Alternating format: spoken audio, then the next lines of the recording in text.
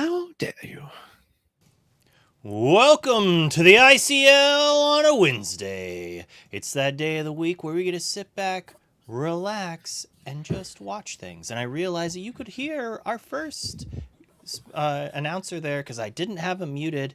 Our rudest of roses, Rude Rose. So I guess you got to hear that just a little bit. You know. He's not a teacher, he said. He's not a teacher. And we're also followed today. He's going to be casting the first round with a creative person. Create. Oh, ha ha ha, I'm so funny. I'm the funniest around. Good one. Yes. And with the man with two voices, double O voice. Mike, how are you today? I'm good. I'm here. I'm awake finally, but I'm here. Ah, good. It's fantastic to be awake. Should we try with the puns? The aviator himself, Avery, how are you today? I am doing so good. So happy to be here. Thanks for having me. Well, it's good to have you here. Hopefully I unmuted everyone, and I think we're all here and good to go so far. We have a couple new faces here, or at least one and a half new face. I guess, you were on the pre-show yesterday, Mike.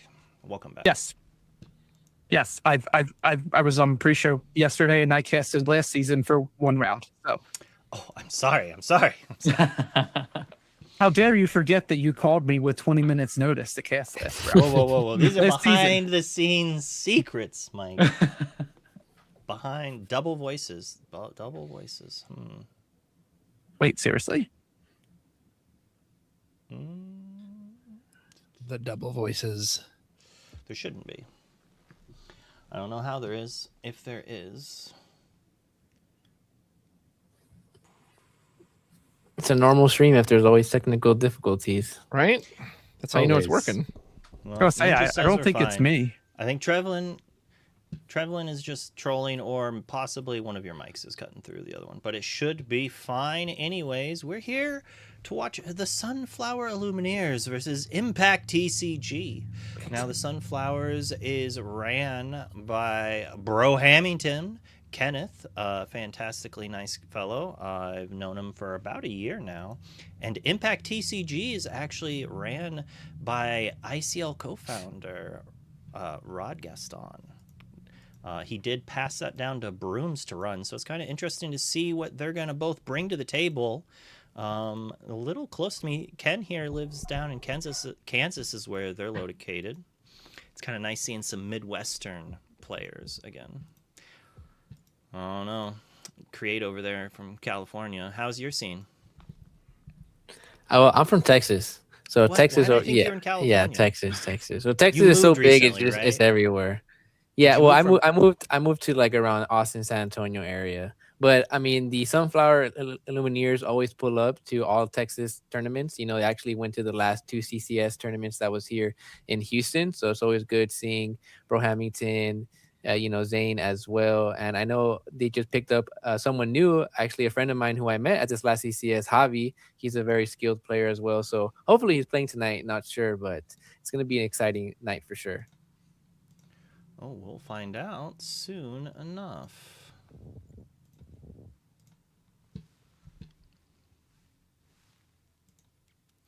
You can talk at any time now if you'd like. All right. I'm waiting for your cue. Who wants to go first? I was going to say, I was waiting for meta. Luke's cue. What crazy meta? Everyone's trying Retro Evolution device and Buzz's arm again. Yeah, I haven't gotten to play against that, but I've heard it's miserable.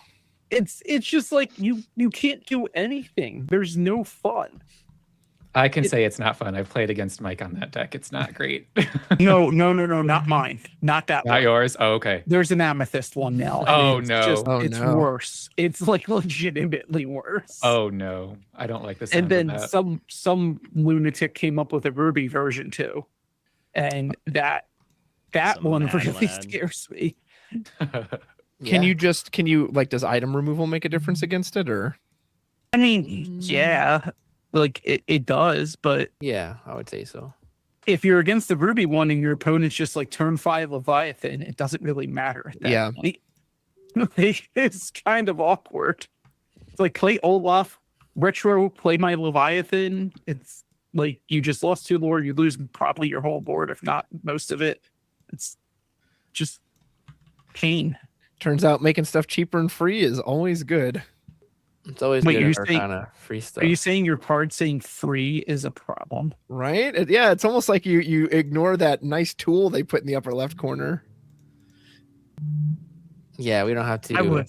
go buy ink anymore. But I think it's actually pretty interesting now that we can kind of see how this new retro deck has came into the format and is kind of punishing these mid-range or control, purple builds, for example. And then, what beats this deck? Well, then you have aggro, right? And then, well, if aggro is a thing, now you have, for example, like green steel that can punish aggro. So now it looks like we have these 3 official, control, aggro, and mid-range decks now just eating each other, which is pretty crazy because I think there's like 6-7 decks playable right now. It really feels like when everyone told me, "Oh, just play a deck to counter dogs," and I'd run into 3 Blurple matches in a row. Yeah. I'm just going to run into 3 retro devices in a row now. It does happen that way when you're least expecting it. All right, well, we're going to jump over. I do believe the action's just about to start. We're going to have Create and Rude Rose here. Avery, it was good to see you here. I do believe you're going to be coming back next week to cast around as well. So we'll see you then. And Mike, we'll see you in a round as well. Bye-bye. Oh, Rude Rose, it's like back in the LCCC days, huh? Heck yeah, man. That's good to work with you again. How you been? How's everything? Excited for tonight? Yeah, absolutely. Do you know what table we're on, or Luke, which table should we jump into? I think we're... Okay, perfect. That's what I like to hear. All right, producer notes says, nope, just watch here. We're all set up, cozy, and ready to Excellent. spectate and commentate this first round of round 2, first match of round 2 here in the ICL, and Sunflower Illumineers versus Impact TCG.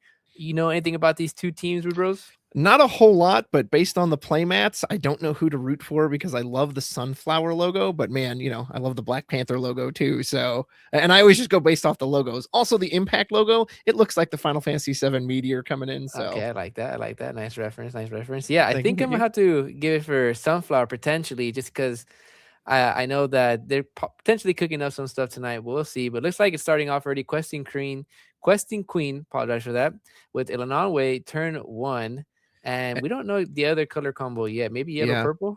Inked Gaston. It could be yellow-purple. Looks like we got a Vixie on the other side putting out a underdog White Rabbit. Is 1 cheaper when going second on the very first turn. And I believe its only effect is evasive, right? Or does it have a draw discard with it as well? No, just an evasive 2/2 stat line. But I do like the underdog mechanic. Just being able to potentially, seeing turn 2 songs already on turn 2, I think is pretty strong. And we do see a Willow Tree, more amber cards being sent, so keeping this color combo mysterious, but I think it's potentially still amethyst. I know yellow purple has seemed to be pretty dominant lately.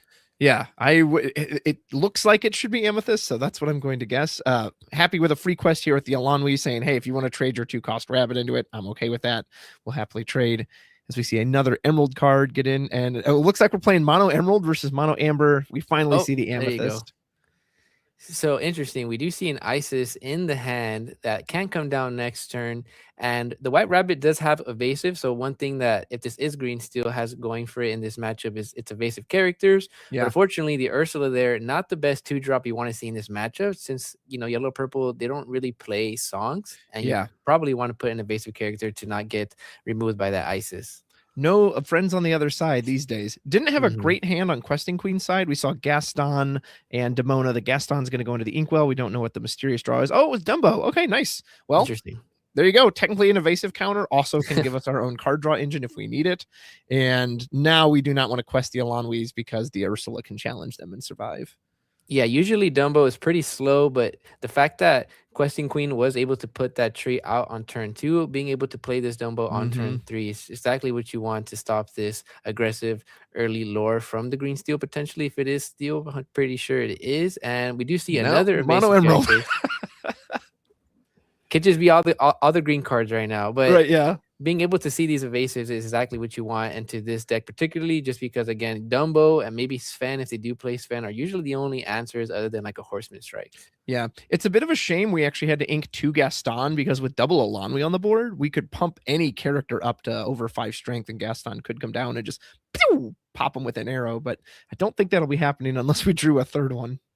Yeah, and interesting to see the Demona get inked. Maybe has another one because although you would give your opponent cards, you are able to challenge your characters into your opponent's characters since they all become exerted. But again, as we mentioned, Green Steel or this mono green deck right now is known to play evasive characters. So sometimes that Demona can't get you that full value into these evasive decks. Yeah, we did end up using the Dumbo trigger too, so possibly a very slight missequencing. We could have drawn first to potentially ink something other than Demona, but hey, you know what's better than one Dumbo? Two Dumbos. That's right.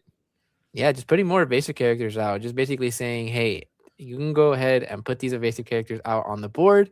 I can challenge them. And I think Questing Queen had a very good start, just being able to, have a one drop. And then even on turn 2, playing two more, an additional character other than the tree. And we do see here Eleanor come down, another white rabbit to the inkwell. So still could beat this mono green deck and questing with these evasive characters. What do you think about this play here? Yeah. You think he's going to turn everything sideways to get that Eleanor trigger? I would assume so. That's why you open it up, because otherwise you're just exposing it for removal when you know they have the Isis Vanderchill in hand. So I would imagine, Eleanor is so good, as we sing Strength of a Raging Fire, can pick off anything on this board, and the Eleanor gets an easy shot on the Elanwys at the end as well.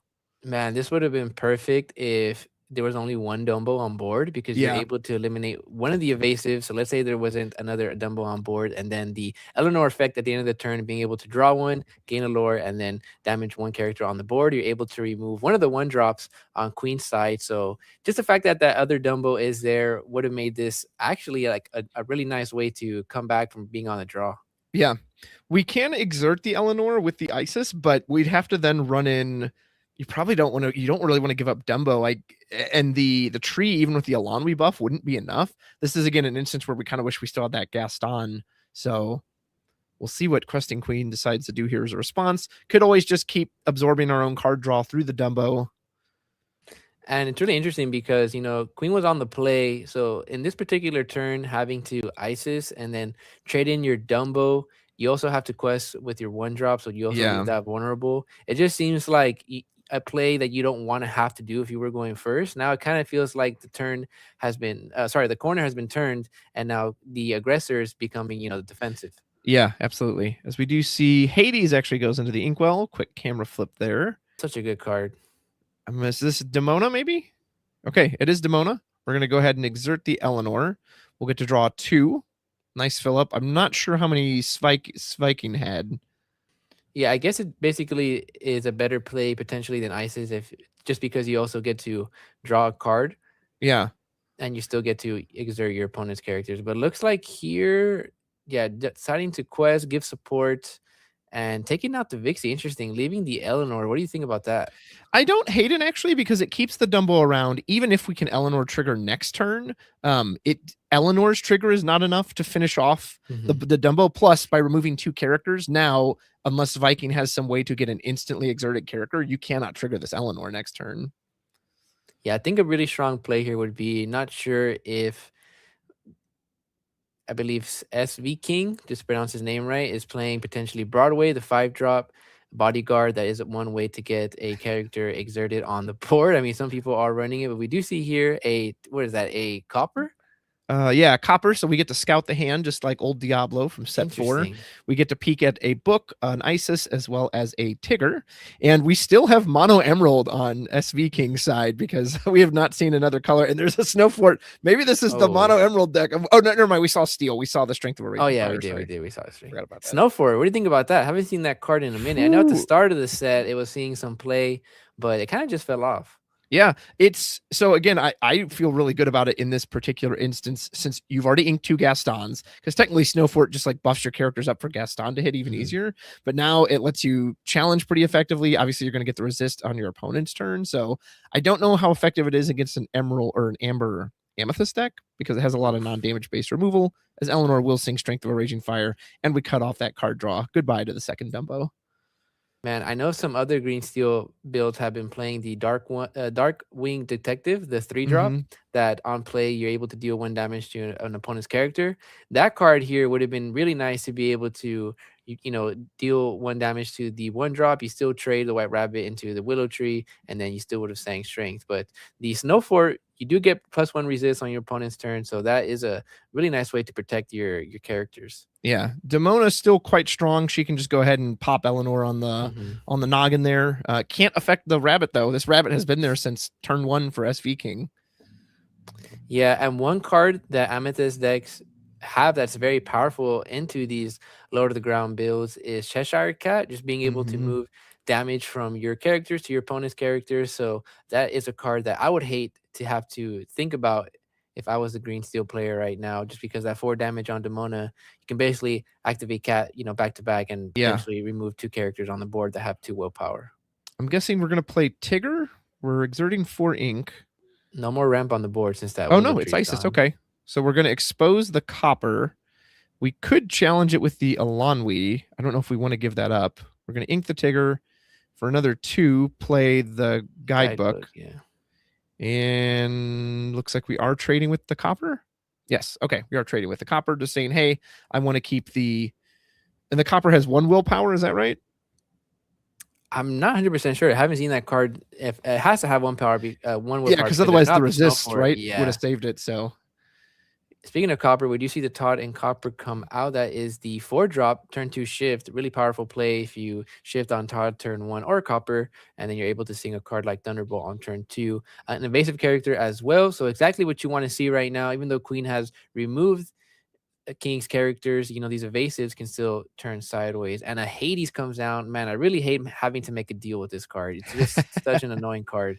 SV King made a very quick deal, though, because Questing Queen drew 2 very quickly, absolutely valuing these evasives, realizing that there isn't really a good way for Questing Queen to challenge these evasives. Questing Queen is going to have to use alternative removal to get them off the board. SV King could have easily taken out the Demona, too, with the rabbit and just said, nope, I want the evasion. I want you to have to find a way to answer these cards.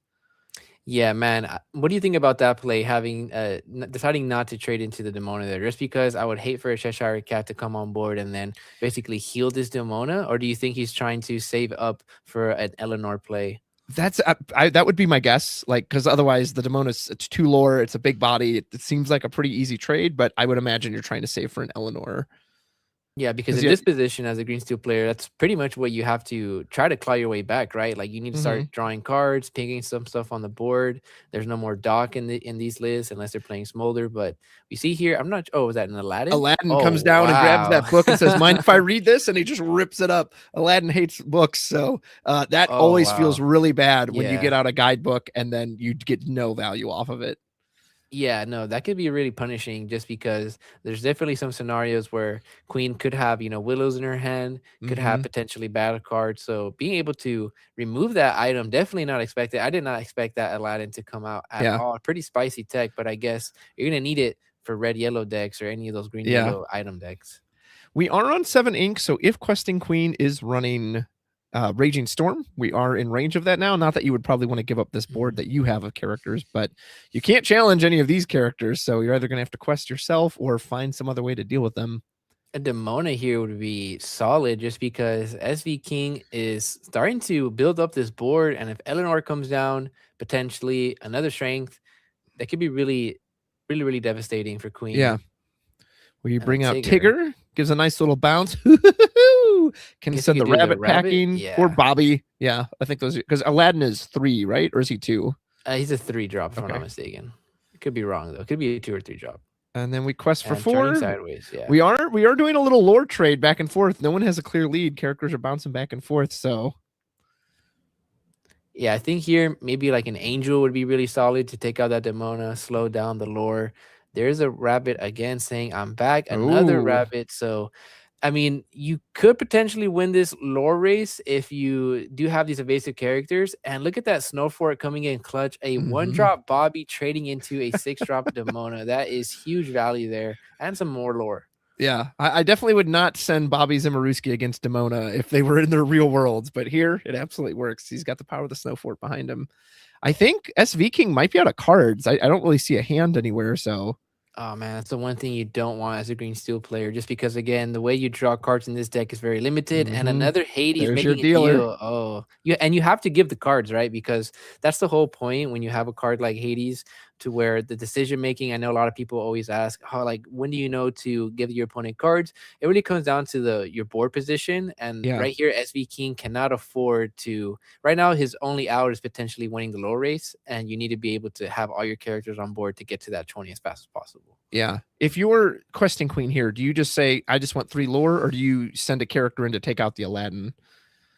I think there's always a world where I take out the Aladdin, just because even if you, for example, SV King could be at 19 lore, threatening 19 lore, you know, even a top deck Eleanor could threaten that 1 extra lore. So I think you don't want to play it too greedy. And if you can remove characters, just remove them. Questing Queen agrees. We drop the Violet. Violet will not get her on entry trigger, but she is evasive. So if she needs to, she can go in and combat any of these characters. So if I'm not mistaken here, if SV King does top deck an Eleanor, you would be threatening lethal in 2 turns. Because I believe here you go to, what is that, 1, 2, 3, 4. Yeah. So you go to 15. Eleanor would have been 16. And yeah, that would have been crazy. But instead, unfortunately, a 1-drop Todd. Yeah, they just come out at the wrong time. But hey, this is still this is still lethal, right? Yeah. If you're at 15. Yeah, which I believe the Violet does have evasive. Yeah, is the Todd the 3/3? So then Violet can take out the Todd if so. Yeah, and then Queen wouldn't have enough to threaten lethal the following turn, because questing here would just go to 5, unless you can 15. The Violet would trade, so you would need to put out at least 3 more lore potentially. Have to ink a Criminal Mind. The Todd does potentially represent a lethal too if we can find a shift off of the top. Even by taking out the other, what would that put us up to? 16, 17? No, I guess we'd still be 1 short. Even if we shifted on the evasive version we have out there. Yeah, because we'd go to 18. I was gonna say even an Eleanor would also just put us at 18. Yeah. But these White Rabbits, I mean, it felt like SV King was in a bad spot, but this just slowly creeping up with lore gaining. And the lore race is super tight. And we see a Sully here. Oh, the Sully loop. Man, this card is probably one of my favorite cards in this set. Just because the set 1 Hades, I don't know if you remember the Amber Hades that would, like that card just never really saw play. And then Sully here has a similar effect, and it's just seeing all the play now. Yeah, absolutely. Yeah, crazy what a little stat tuning can do. And I love the choice. We get back the Tigger. We're going to replay the Tigger, give them the old bounce them right back to their hand. So now it says, now you're going to have to answer me. I'm going to go all the way up to 15. I'm representing my own lethal. You just have 2 White Rabbits. Do something about it. Yeah, that is such a good play there, being able to grab back the Tigger there. And just any other card too, like if there was enough ink, potentially a Demona, you should play it next turn. Or even a Gaston, for example. Like just the fact that Sully is able to recycle any of those powerful cards is, I really like that card in Amber decks. We bring back out the Todd. We have to, we can take out the Sully by trading in both rabbits. Because I believe Sully is a 4/4. Is that right? Oh, and look what you've done just to stall out 1 turn. Go to 16. So if we 16, assuming we can't answer anything, we'd go to 17, 18. I don't think there's anything we could top deck to get to 19. So this is looking like it's going to be Questing Queen's game. But obviously, we don't know every card in the deck. There could always be some kind of surprise in there. Very close, though. Very close. Even when we thought that SV King was going to be in a bad position, just being able to stack up those evasive characters. If that Violet wasn't on the board, I think SV King would have ran away with it. I'm not even sure. Well, I guess they could have Tiggered, but I mean, you're still losing to a couple of different outs. Right. Like a Shift Todd or something like that, or potentially an Eleanor. So Queen takes it game 1. Yellow, purple versus green steel. The evasives were not enough.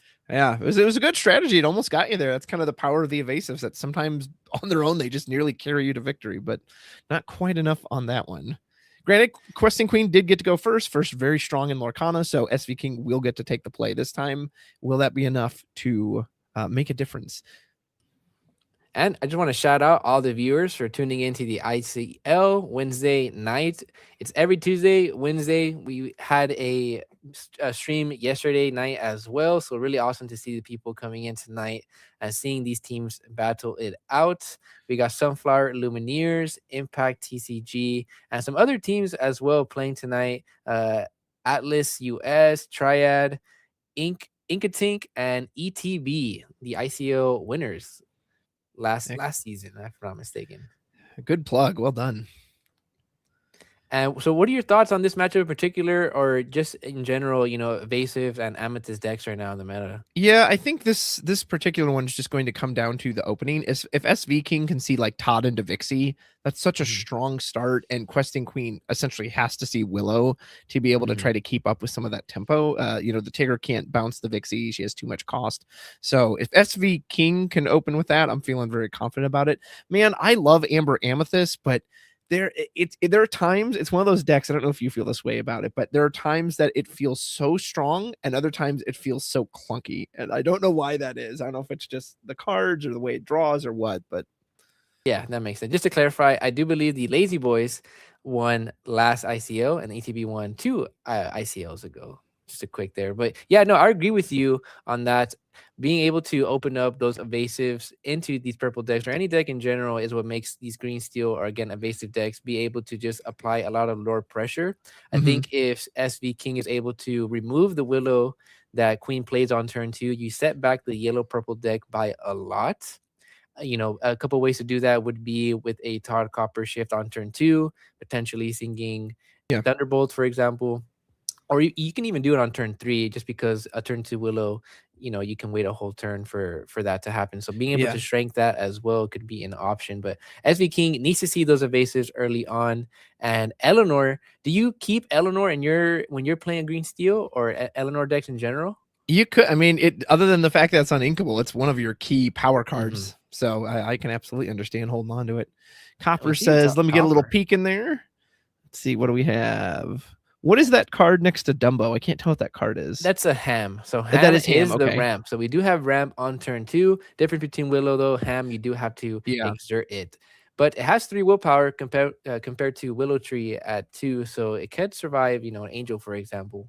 Yeah, good scout from SV King, but not really the aggressive start you were looking for unless we get the shift Copper and Todd. That could make a difference, which I believe it shifts. Is it shift for 2? It's just shift for 2. So potentially it could shift that on turn 2. But one positive thing from this with SV King, no 1-drop on Queen side. So although Copper was not an evasive character, you're going to be able to get in this quest for free. And every lore matters. Every lore does matter. Those early lore, they can come back to make a difference. Yeah, even with the Eleanors, right? Just because if you have 2 on board, they stack, and now you're gaining 2 lore at the end of your turn. So I think it's really important to try to minimize how much lore your opponent's going to gain with these Eleanor decks. Agreed. Not the greatest turn 2 for SV King. Had to go with a single 1-drop. I would have loved to have triple 1-drop on the board or a big 2-drop, but it's something. At least we were able to commit a character. As good old Ham comes down, he's getting ready to rustle up that piggy bank so we can bring in a character a turn sooner.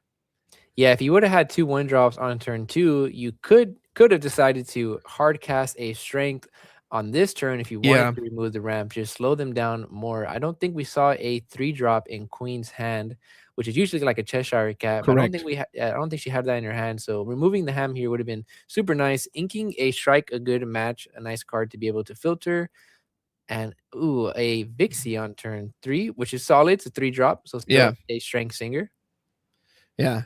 Not bad. Didn't actually quest. Obviously we're assuming our opponent is going to use the Ham, but we could have, if we'd exposed our characters, Questing Queen could have changed their mind and just said, nope, I'm just going to smack you anyway. I'm going to assume maybe Tigger comes out here. And the Ham can safely activate its effect here, just because, again, with the 3 willpower, as I mentioned, nothing on SV King's board can remove the Ham by itself. And a Tigger does come down, you called it, sending back one of those 1-drops. Yeah. Doesn't want to give the extra scout with Copper. Both characters have 2 strength, cannot target the Vixie. But Tigger also now ready to punish any of these characters that go sideways.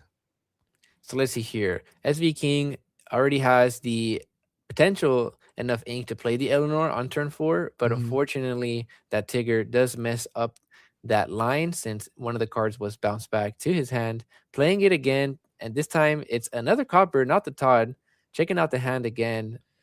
So we got Sven coming out next turn, potentially. We do have the Willow now. Hades, Dumbo, Ooh, those are some strong cards over there in Questing Queen side. I don't know if that's what you want to see if you're SV King. Yeah, that Sven's going to be huge in this matchup. Sven's such a powerful card. We do see the shift, Todd and Copper come out. Do we see here a song potentially? Oh, no, but just challenging the Ham. So that's pretty good. You do remove the ramp engine. but we do know that that Sven is in the hand. Oh, and a strength with Nice. the Tigger. Very nice. We clear the board. Yeah. Well, and by taking the ham out this turn, you know the Sven can't come out next turn. They have to now. Or wait, is Sven 4 or 5? Yeah, Sven's a 4, so it can't come never out. mind. Never But mind. do you think I was about to say, do you think it's worth strengthening the Tigger there? Because if you do turn the Vixie sideways, I mean, the Sven could just take out the Vixie, and you could leave the Todd and Copper out on the board. So maybe you let the Sven just trade, and just interesting. Yeah, we pulled it back. Said, all right. Wow. Inking a strength. That's interesting choice. He has to have another one in hand because that's one of your most powerful cards. I don't know about that. And I know we get the Todd out, but yeah, again, it's kind of that. Yeah, you get the Todd out, but now you gave up one of your cards that is affected by the board size. So I would assume there's another one, or unless we were just starving for ink and we wanted to get to Eleanor ink. I don't know. Yeah, strength is what really allows you to remove those dumbos or anything that can counteract your board, because you are protected with the evasives, so you want to remove those evasive characters on your opponent's side. So Queen here deciding what to ink, definitely wants to play that Sven unless they want to wait a turn. Plays a Dumbo. Yeah. Interesting. Huh. Dumbo feels pretty good about the quest with the Tigger, knowing that anything that attacks the Tigger will be banished in the challenge. Yeah, what do you think about that play? The Dumbo, I don't know. Yeah, I don't know. I'm not sure about the Dumbo. Like, I guess maybe saving the Sven for when the Eleanor turns sideways, because here you do get to turn everything sideways. Well, I guess you don't have to turn the Vixie. You are gaining 4 lore there, missing out on 2 more, plus the one you're getting from Eleanor. But I guess the Vixie would just be a free trade into the Sven. It would be 1 damage. We can really put it on either character here. Decides to go ahead and put it on Dumbo. And I guess the other reason why you want to play that 1-drop, or King wanted to play that 1-drop last turn, is for this specific line that he did, to not quest with the Vixie, and you can quest with the 1-drop.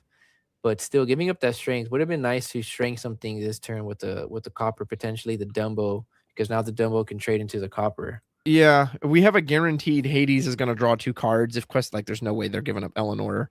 But we actually ink Hades. Do we have a second one? And Isis would be decent here because the Tigger could trade, but we do not have that. Or actually, we've got Willow. We could still Isis. Now we bring out the Sven. Okay. Interesting. So the Sven can trade into one of the 1-drops just because the Todd and Copper shift already have damage. So the Dumbo can just trade into that. Does the Sven have how much willpower? 3 willpower? 3 willpower, yeah. So if it hits like the Copper, the only problem is if we can Eleanor trigger next turn, we can easily just eat it up. So I wonder if you just give up the Sven and take out the Todd and the Copper, or maybe we're going to do that with Dumbo. And maybe that's why we put out the Dumbo, was we just wanted another evasive character that needed to dry for a whole turn. Mm-hmm. So we do get rid of the Copper, and Sven does take 2 damage, but SB King only has 2 characters now, so you can survive a turn with that Sven. And again, that Cheshire Cat, we haven't seen it, but if it does come out on the board, it basically heals your characters. A Bobby to filter, interesting. I don't really see Bobby in these green steel builds. Yeah, Vixie has evasive, right? Yes. So Vixie could attack the Sven because it only does 2 when it's not challenging, and then Vixie would survive with 2 damage on her. So that could be a way to kind of get characters off the board. Seeing Angel here would have been nice too, to clean out some damage. A Snowfort comes down. Okay. Definitely not bad. Vixie could take out. Yep, takes out the Sven, 2 damage back. We will have resist on our opponent's turn. Oh, wow. Such a good play there, yeah. And now the Vixie is protected. The Eleanor potentially could trigger again the following turn because of the Bobby and the Eleanor inking in Aladdin. Maybe to play around Demona, because, I mean, you could just value these cards in your hand, just put out these bodies to gain lore. So interesting to ink it. Even if you do go empty-handed, you don't want to be drawing, 1-drops. So it just depends if you're trying to get Demona value. Yeah. Like you said, Cheshire would be amazing here, but we haven't seen it once. So either Questing Queen doesn't have it in the deck, which would be surprising, or just isn't drawing into it. Yeah, and even a Demona here wouldn't be that powerful just because the Tigger wouldn't be able to remove the Eleanor. But a Miss Incredible, wow, that is a super big stretchy character. Yes, it is. And says, okay, your evasives, yeah, they're not going to be able to hide for any longer. Mrs. Incredible is going to go on and give him a nice pop right on the noggin. Yeah, Ursula. Oh, not the best. Oh, wait, and we do see the Demona come have in the hand. The Ursula came down. We see the Demona. That Miss Incredible is going to be able to surpass the resist that Snowford does have. You do get to say, you know what, I'm just going to activate the Eleanor trigger, get a lure, get a card, get a ping. But yeah, this board is looking pretty bad. Do you finish off the Tigger? I was going to say the Tigger or the Elanwi, but we go for the Tigger. And SV King does get to draw a card, again, getting that lore. And Queen drawing, potentially just inking and playing Demona just to get that extra card. Mm-hmm. Unless he can play two characters out at once, but I don't think so with the ink available. Yeah, I don't think Demona feels great here. You really don't want to give your opponent that many cards, especially when the board is exposed anyway. Mrs. Incredible can easily just take out Eleanor on her own. Of course, she could also become evasive to take out Vixie if you wanted to do that as well. And then you could trade like Elanwi into Bobby. Yeah, I guess demoning here would really only be if you want to have those extra cards in your hand, because SV King, I think he only has one card in hand that he got off that Eleanor, so potentially giving him 2 more cards. And he would gain a lure off the Ursula, go to 12. So if he plays a Vixie and a White Rabbit, for example, you know, right there you're threatening 3 lure. So it could get pretty dicey if you do play that Demona. I like this play. So you support the Willow, send Willow into trade with the Bobby, which you need it because of the Snow Fort. And then Mrs. Incredible, if she's evasive. Oh, Gaston. Okay, maybe we pumped up the Eleanor. Yep. Yeah, so we pumped up Eleanor and then just made her a big old target for Gaston, hit her with his hunting bow. And now, if we made Mrs. Incredible evasive, she can go in and pop off the Vixie. Yeah, and I think that's what Queen's going to do, because you want to prevent any other Eleanor triggers, anything to potentially help SV King come back into the game. Wow, we hit the Bobby. I guess it's just not a threat, right? To Vixie, you're okay with it. I mean, a quest for 2 and it's evasive. I mean, so you're in this position where Mrs. Incredible has to be the one to answer it, unless we have Cheshire waiting in the wings. I don't know. Yeah, I can't. I'm not sure why you would take as Angel comes down, which I don't think we actually have cards to discard for Angel. That is 5 more on the board, not enough to. Or maybe we are discarding the copper. I don't know if we're okay. Oh, we're playing the copper. Yeah, we're playing the copper. Yeah, and we knew she had the Angel the Demona in hand. So this board is gonna be taken out, and the Angel is not gonna have resist because SV King will draw 3 cards. Mm-hmm. So the Gaston could just trade into that Angel. Although she will have the natural resist from the Snow Fort. Oh, that's correct. So the Gaston wouldn't be able to remove it. You do get the quest for 3 lore, go to 14. And again, if that Demona comes down, SV King will draw 3 cards. Yeah, you do not want to reload your opponent's hand up. And Queen is only at 1 lore. And so here's the issue, you right, is that because you left the Vixie there, the only thing strong enough to take the Angel out on the field is Mrs. Incredible, but you need her to punish the Vixie for the evasive. So unless we've got another Gaston. We do see that Alonway giving support to the Gaston, now hitting for 5. Does have 5 strength. Has to hit the Ursula. Yeah, okay. Takes 2 in return. Mrs. Incredible presumably has evasive. Is challenging Vixie. Yeah, and then it does take 2 because of Snow Fort. And then 2. There's our Cheshire Cat. Okay, that's what we were waiting for. That pesky cat. Mm-hmm. Or one time people were saying they wanted it banned.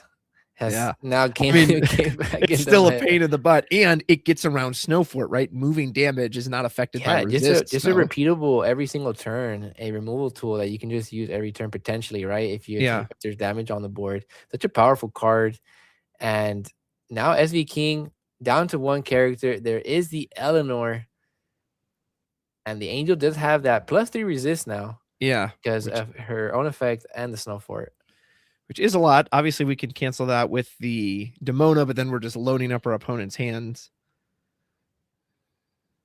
Drawing for turn. And I think here, as long as Queen doesn't do any crazy misplays. And second Cheshire? Example, we're up to mischief now, Create. Oh, we're going to get a double move. Ink, though, to boost both of them, though. If we ink this turn, we should. Oh, yes. Okay, yeah. As long You as have we, 4 extra ink, 3 extra ink which there, I then think you our can only trade. other card is Demona, right? Do you give up the Demona for the? I mean, Yeah, I think you can, just because you're gonna threaten around 5 lore, so putting it potentially on a turn 3, turn 4 clock. And if you can clear everything here, then I don't see why not. But potentially maybe deciding not to. Yeah, but that angel, maybe she didn't realize that the angel does have that +3 resist, so you're gonna have to. if we boost Mrs. Incredible, she'll have 7, so that should be enough to take the Okay, angel there out. you go. Yeah. That is a big Helen, big Helen Parr coming in her hands, just like balloon up to a massive size. Just whomp. And Angel looks like just she gets might be smacked into the snow. looks like she might be deciding to keep the Demona, saying, you know what, you can leave the Eleanor there. That's fine. I'm just gonna remove it next turn with either of these cats. Because now that I have 2 on board, Yeah. I can even quest with this one. Did we not take damage back from the angel? Helen Helen doesn't have any damage on her. Yes, there should. Oh, there we go. Okay, yeah, it's they heard me. I was just like, wait a minute. Does she have damage immunity that I'm not aware of? Oh, and another one drop the Todd. one drop Todd again. Turning sideways, going to 16. Asking for a miracle here, but unfortunately, Yeah. although Queen is at only 6 lore, threatening at least, if I'm not mistaken, there are 8 lore on the board right now. 1, 2, 3, 4, 5, 6, 7 lore. Apologize for that. And Todd just so bad with 2 Cheshire cats just waiting in the wings. Like, yeah, SV King's just like, drop Demona, please play the Demona. And Queen here just making sure she does everything in the correct way. Doesn't want to make any misplays. Remove everything off the opponent's board. Just clear it. And you can just safely quest. So unfortunately, I think SV King, where it went wrong was just the slow start. Even Queen didn't even have a 1-drop, but having having only 1-drop on turn 2, you really need to go fast.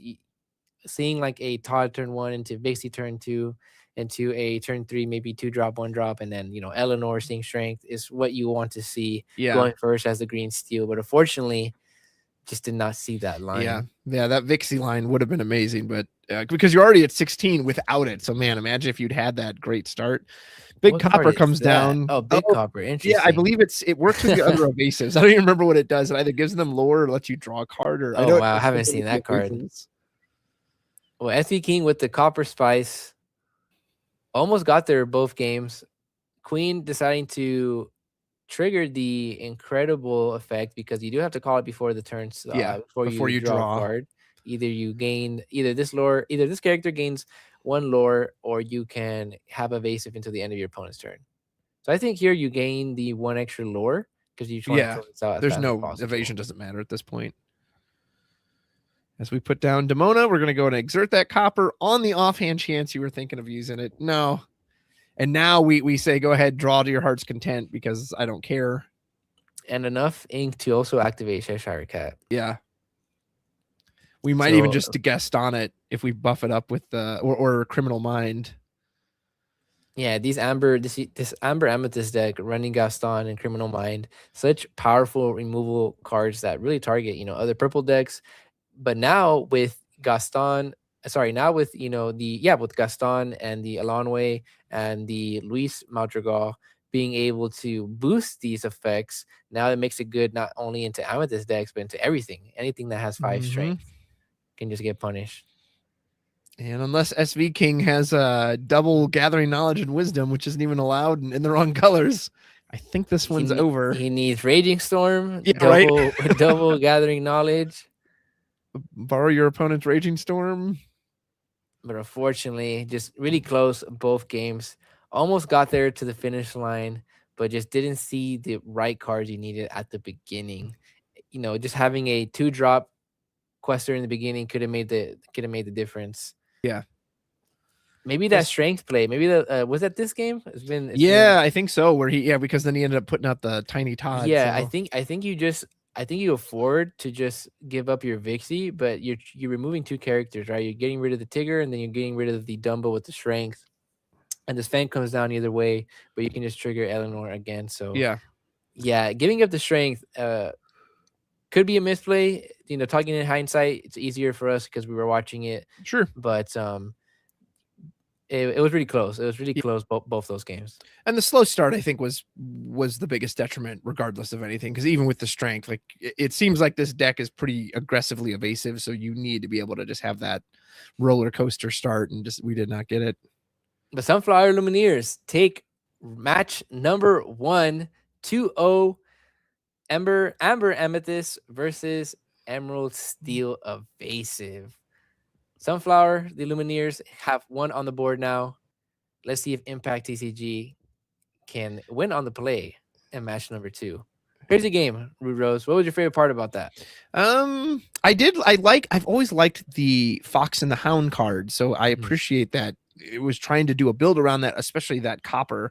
I'm going to pull that copper up really quick just because I know it has evasion. It says, whenever this character quests, your characters with evasive, all of them get +1 lore this turn.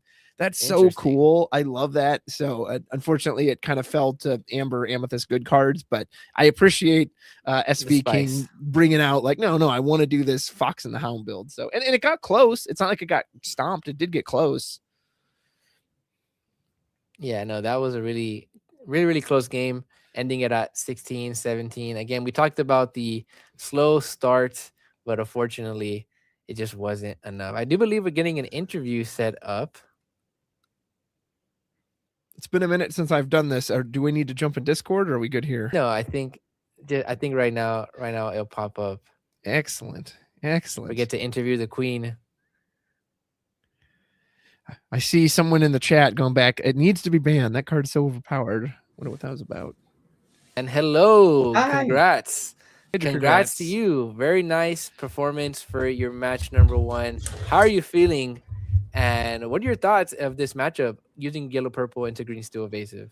It is a matchup that is tricky at the beginning, but I believe it is a matchup that can be won, especially after taking control of the game.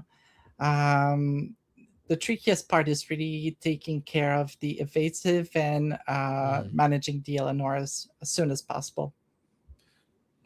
Absolutely. If you remember from that game, I believe it was your 4th turn, and we thought for sure you were going to bring out Sven and you were just going to hit one of those cards, but you actually played Dumbo, and then you brought out Sven on the next turn. Could you tell, like, what made you pick the Dumbo first? Oh, if you remember, I know. So yeah, a while back now. Yeah, usually it depends of how the board state is, because Sven is like a trump card. In my version, there's 2 of them, and the boy have 4 of them. And it gives me an element of surprise. Yeah, absolutely. So you just wanted to kind of have the Dumbo for challenging, or just he's so versatile, right? He can challenge, he can sing, he can use his effect.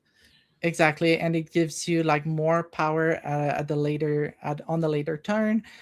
So the matchup, you really want to be focusing on the mid to late game. You know that the beginning of the game they'll go to like 10-12 lore.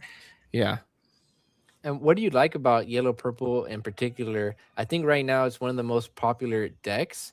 And just being able to ramp on turn 2, basically the brand new purple deck after rotation. Yeah. What are your thoughts on the deck? Do you like being able to just bring out these characters, these powerful 4-drop characters on turn 3? What are your thoughts on yellow purple? Yellow purple, I think, will go through many iteration, because the first version was more of a on the curve mid range. The version I played tonight was a more mid-range control version with more ramp. Either version could work, and I've seen, and it gives expression to the builder. It is the same shell. It is the same like 40-something cards that you will include. Your spies will come to tell about your personality, I would say. It's an interesting way to go about it. Yeah, just the tech cards that you decide to do. And I know some people, because of yellow purple and how popular it is, do expect a lot of mirror matches in tournaments. So it depends how spicy you go. You can get punished for trying to tech against the meta, and in the mirror match you'd lose points. What are some good matchups for yellow purple? Was green steel one of them? Green Steel is one I've practiced enough. I'm comfortable with. I'm gonna say Boosty is a good matchup because if you play well, you keep your cards. You keep cards in your hand throughout the game. Dumbo will be your ace at the end. Otherwise, the retro device deck is not something I'm afraid of. But there's no clear like this is my best matchup. It feels like red purple at the beginning, chapter 1 through 8. It was known to be the equalizer. Yeah, that was, as a famous Ruby Amethyst player, that was always my deck. What I loved about it is that even though it never had amazing matchups, you had a chance in every single game. Like there was never a matchup. It's just like, this is unwinnable. Putting that onto Amber and Amethyst, are there any matchups you are afraid of that you feel like, no, it really struggles into this? Well, I'm going to say this, because it is a fair deck, if you come up with something that is really like with a grandiose turn, explosive mechanics like Circle of Life is one of the example. Yeah. It's kind of hard to manage. Yeah, that's fair. Very fair. Do you have any new cards from set 13 that you think have really helped the deck out, or are you really more playing with the old cards? Well, I'm going check the list. I'm going through them. I mean, Gaston, obviously. Gaston, yeah, Gaston is a key card. It's a lot of the old cards, to be honest. Looking through it, yeah, I'm not sure if you're playing Besties. I know that's a card in the yellow purple community that some people are a fan of, some people aren't. But being able to turn 1, find your ramp on turn 2, and then if it is a Willow, you're able to play that 1 drop that you missed out on. What are your thoughts on Besties? Is that a card that you're playing? I played that version at the beginning, and I tested the version of the deck I played tonight and the one with Bestie, and they both have their positive, negative. Besties will allow you to really squish that key card at the single moment in any point of the game. If you draw it and you keep it, it could be Grandmother Willow on turn 2, could be like a Demona later on in the game.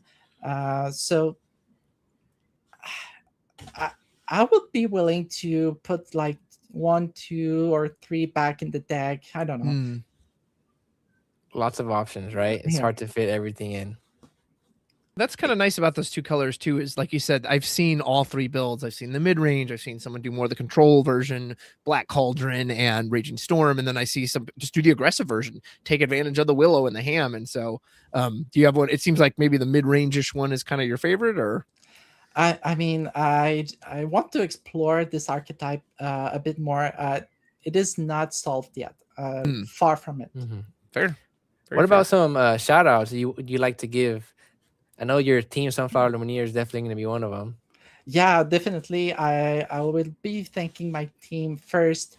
Sunflower Illumineers, thank you so much for welcoming me in your team. And I'm there for you, and as you were for me.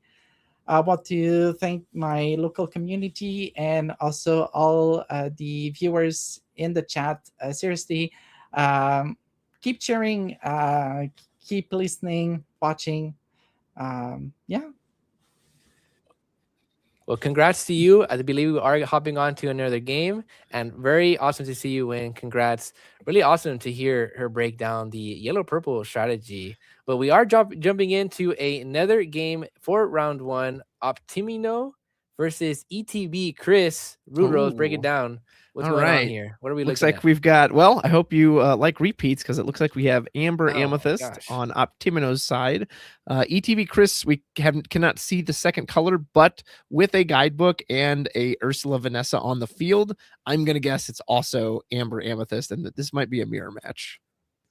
Interesting. It could be red, purple, just because I do see the red sleeves. Yeah. But if it is a mirror match, this is not what you want to see in the mirror. It looks like here Optimo potentially went first. Got to establish, I believe that's an ISIS there at the end of the board there. I think so. Being able to play that ISIS potentially on turn 3 or 4, remove one of your opponent's characters. And wow, we are looking at so many cards to have to challenge here on Chris's side. That Ursula is a card I am a fan of just because it's really powerful, and the Amethyst matchup has evasive. If you boost it, questing for 3, very powerful card, but not enough here to save Chris right now. It needs to put out some bodies on the board. Yeah, Hades is probably going to get an easy draw 2 cards here, depending on what he targets. Maybe Optimino will give it up. I believe the lore might be flipped. It looks like on the phone we can see on Optimino's screen, it actually has 11 towards their side, but our lore tracker in the middle has 11 towards ETB Chris's side. So I'm not 100% sure who has 11 and who has 1 here. Yes, that probably is. That's probably correct, just because we did see Optimo quest for a lot last turn. And Chris here, I mean, not giving up, challenging back, hitting that Dumbo. And you really need here, Optimo needs to have a Cheshire Cat to try to punish. But I think here, the Dumbo, I mean, actually, Cheshire Cat wouldn't do anything just because the Ursula has evasive. So only the Dumbo would have to crash into it. And Chris deploying some Rafikis on the board. Potentially remove some characters if Optimo decides to quest next turn. One of these days, Crate, that Rafiki is going to get reprinted like 4 times, and there will eventually be a big hyena that it can get beat up by. And then that line of text he has where he doesn't take damage from hyenas will finally be relevant. Man, you know, Rafiki reminds me, it makes me really want to. I was building Blue Steel, and I was like, man, why isn't Captain Hook in the game? But Rafiki's in the game. It's just so powerful as a 1-drop to swing for 3. And when you see here, the Cheshire Cat does come down. And I guess I did do my math wrong, because Cheshire Cat can still do some stuff. You can't remove that Ursula, but you can move 2 damage and remove one of those Rafikis. And leaves plenty left. It looks like it was double Ursula. She was looking in a mirror. And the Sven came down as well. Yeah, so the Sven really being a mirror breaker in these matchups. And you were right. I believe Chris found out his discard there, and we saw a Willow Tree. Oh, he played that last turn. So yeah, it is a mirror match. Yeah, yellow-purple. Wow, just really seeing a gain in popularity. I think similar to old Ruby Amethyst, even though I know I said earlier it was kind of clunky, and sometimes it does feel that way, I think in general, most people view it as a consistent deck. I actually really like the words Questing Queen used when she said it's very fair, right? It's consistent. Hey, I want to do this on 1, this on 2, this on 3. Some of these decks, they're looking for that big power spike, and then when you don't hit them, it's like, oh, well, now my deck does nothing. Whereas this deck does seem to at least be very consistent of like, I just do this every turn. Yeah, I think the main difference between playing yellow-purple versus red-purple is just being able to ramp on turn 2. Yeah. And I think that's a huge plus, being able to Tigger on turn 3, for example, and then you ISIS the following turn, and now you have a character that is swinging for 4 strength. It's pretty powerful. It seems most of these players are valuing the Grandmother Willow. Do you put any stock in the Lantern? Does the Lantern seen its time? Or like, I don't know. I kind of appreciate an item that is hard to interact with, but maybe the Willow's the better choice. Yeah, I mean, because think about it. If a lot of people are playing yellow-purple, then playing cards that target, characters on turn 2 could be really bad for these ramp decks, or just any deck that plays Willow. And the difference between the Lantern, I mean, no one's really playing any item hate right now. So both cards doing something, but I guess the only difference is you can activate Willow's, or the card that we're talking about, the turn that is played, right? Like Willow, you could potentially, if you have enough ink, play Willow and play another card. The Lantern, have to pay that. So it's really interesting. It really depends on the meta. But right now, I think Willow's just still seems to be very powerful. Like, just decks just aren't really able to answer it on turn 2 effectively. Yeah. Not everyone wants to have to run 4 Fire the Cannons to hopefully hit it right away. We did have to trade both Rafikis into ISIS. Doesn't feel amazing. I guess technically you could argue you come out ahead on ink. You spent 2 ink to take out their 4 ink, but still doesn't feel good to give up 2 characters for 1. And Chris here deciding if he wants to quest. Can't challenge the Dumbo, so just has to pass here. And this is 5 lore on the board. Dumbo could quest safely, but man, Dumbo's effect just, man, I don't understand why this card is inkable. It's right. It's inkable. It can draw a card, has evasives, it does everything. Yeah, he's very good. I actually kind of like the design of Dumbo. I like that he encourages you to build around evasives. Maybe it was a little too strong that he's like a self-contained engine, but I don't know. Yeah. And I think you're safe to just quest here. I think it's okay to just turn everything sideways. Chris is gonna have to do a lot of math. Just let him figure it out. Yeah. To say, you know what, I'm gonna turn sideways, and if you can't answer this, then I should just win. If you can answer it, I should still be fine, just because I'm already at 18 lore. This basically says, do you have Raging Storm? And also that doesn't matter because, like you said, I'm at 18 and you now have to answer every threat I ever put out. And we see, no, we do not have Raging Storm. So unfortunately, Chris, it was too much on the board. Chris couldn't answer it, and Ink Tink does win their match number 1, and it's yellow purple. So yellow purple won the first feature match that we saw. Second one right here, yellow purple again. Wow, yellow purple. I think this might be the most represented deck. Yeah, it might be the most represented deck next to green yellow aggro. And that was game 3, it looks like. So it's obviously we don't know who went first for each game. It's very possible Optimino won the die roll and then went 1-1-1 back and forth. How you doing, voice? I was told I was coming into the booth, and here I am. Here you great. are. Here you are. I'm disappointed. I'm disappointed in ETB Chris for betraying the Purple Steel lovers. Oh, what were they supposed to be on the robots? I don't know, but I'm going to talk to him after ICL. I'm disappointed. Fair. He's a traitor. Chris is known to be a Purple Steel master, but I guess Purple Steel right now in the meta is, I think, it's just a fair deck. And if last, the interview, Queen, if she said yellow purple feels like a fair deck, but you get to ramp, I guess Purple Steel just feels more fair than that. Everything's a fair deck right now. Except Buzz's Arm. That's not a fair deck. It's I was gonna say, I was like, except the ones that cheat all the ink. Except that. Yeah. Okay. Well, wait. Well, if you're saying cheat on ink, right?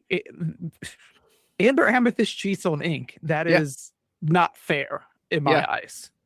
It's like crazy. It's like Liam calling Blurple fair during Fabled rotation. That's all I'm gonna say. Oh man, the worst meta of all time. Yeah, I think the Circle of Life does have that powerful type of board wipe, right? As we saw before rotation when the Prince Philip board wipe starting to become a thing. But that deck is also pretty fragile, which is again why I kind of like this meta. It makes everything playable, just because like Circle of Life, those decks are very powerful. You could get out a Prince Philip combo, but it has a very fragile line of play, right? Like if you're able to just remove these singers and stop them every single turn, hey, the moment that they can finally get it off, or you weren't able to remove a singer and they board wipe you, you're probably at 18, 17 lore, maybe a couple cards in your hand. And then you have these, this yellow purple deck that we just saw, just a really powerful mid-range deck being able to combat these evasive decks and also potentially aggro decks. So we're seeing a little bit of everything in the meta right now. And I'm excited. I'm excited to see how it shapes because, we have the CCS 50K tournament this weekend. Then we have Nationals the week after. No, not the week after that, but 2 weeks after that. And I'm hoping CCS influences the meta a little bit. It's really hard to tell.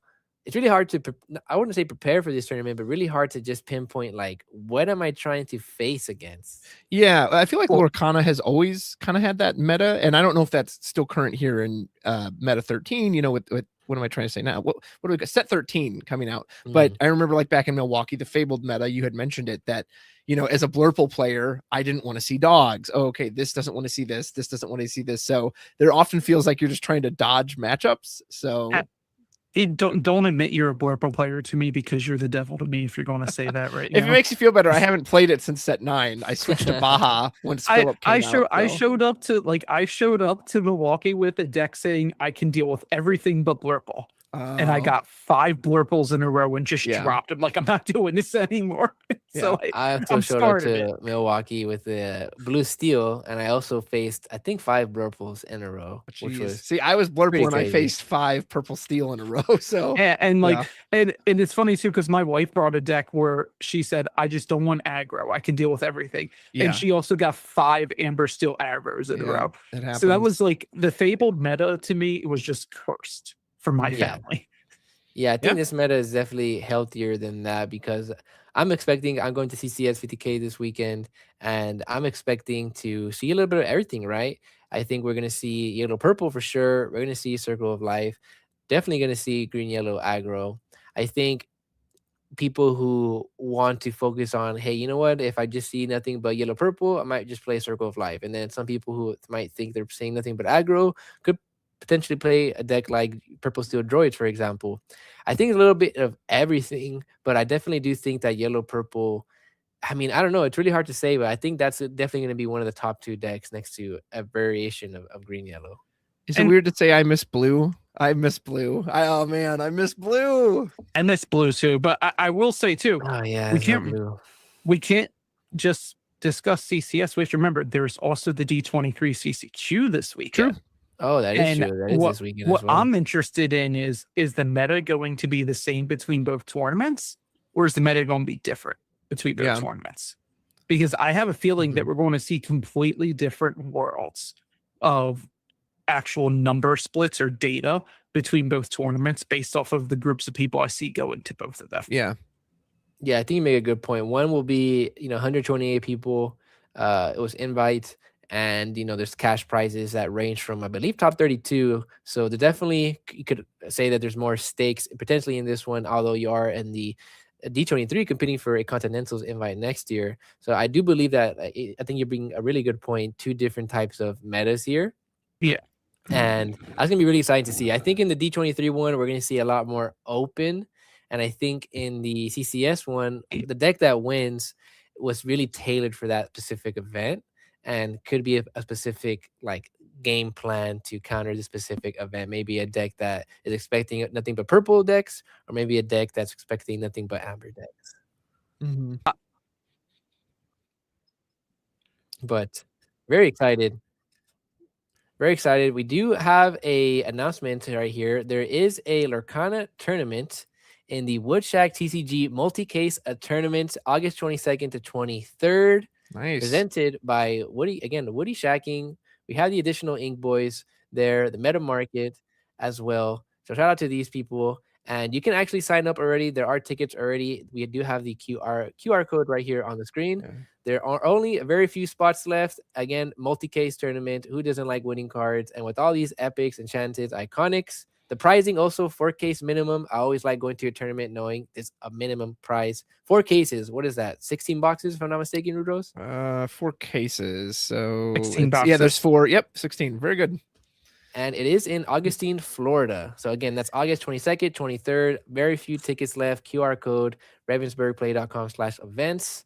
Really awesome to see just these tournaments that are just not part of, circuits. There's always stuff going on in local areas. So really awesome. Florida just popping off. The scene over there is crazy.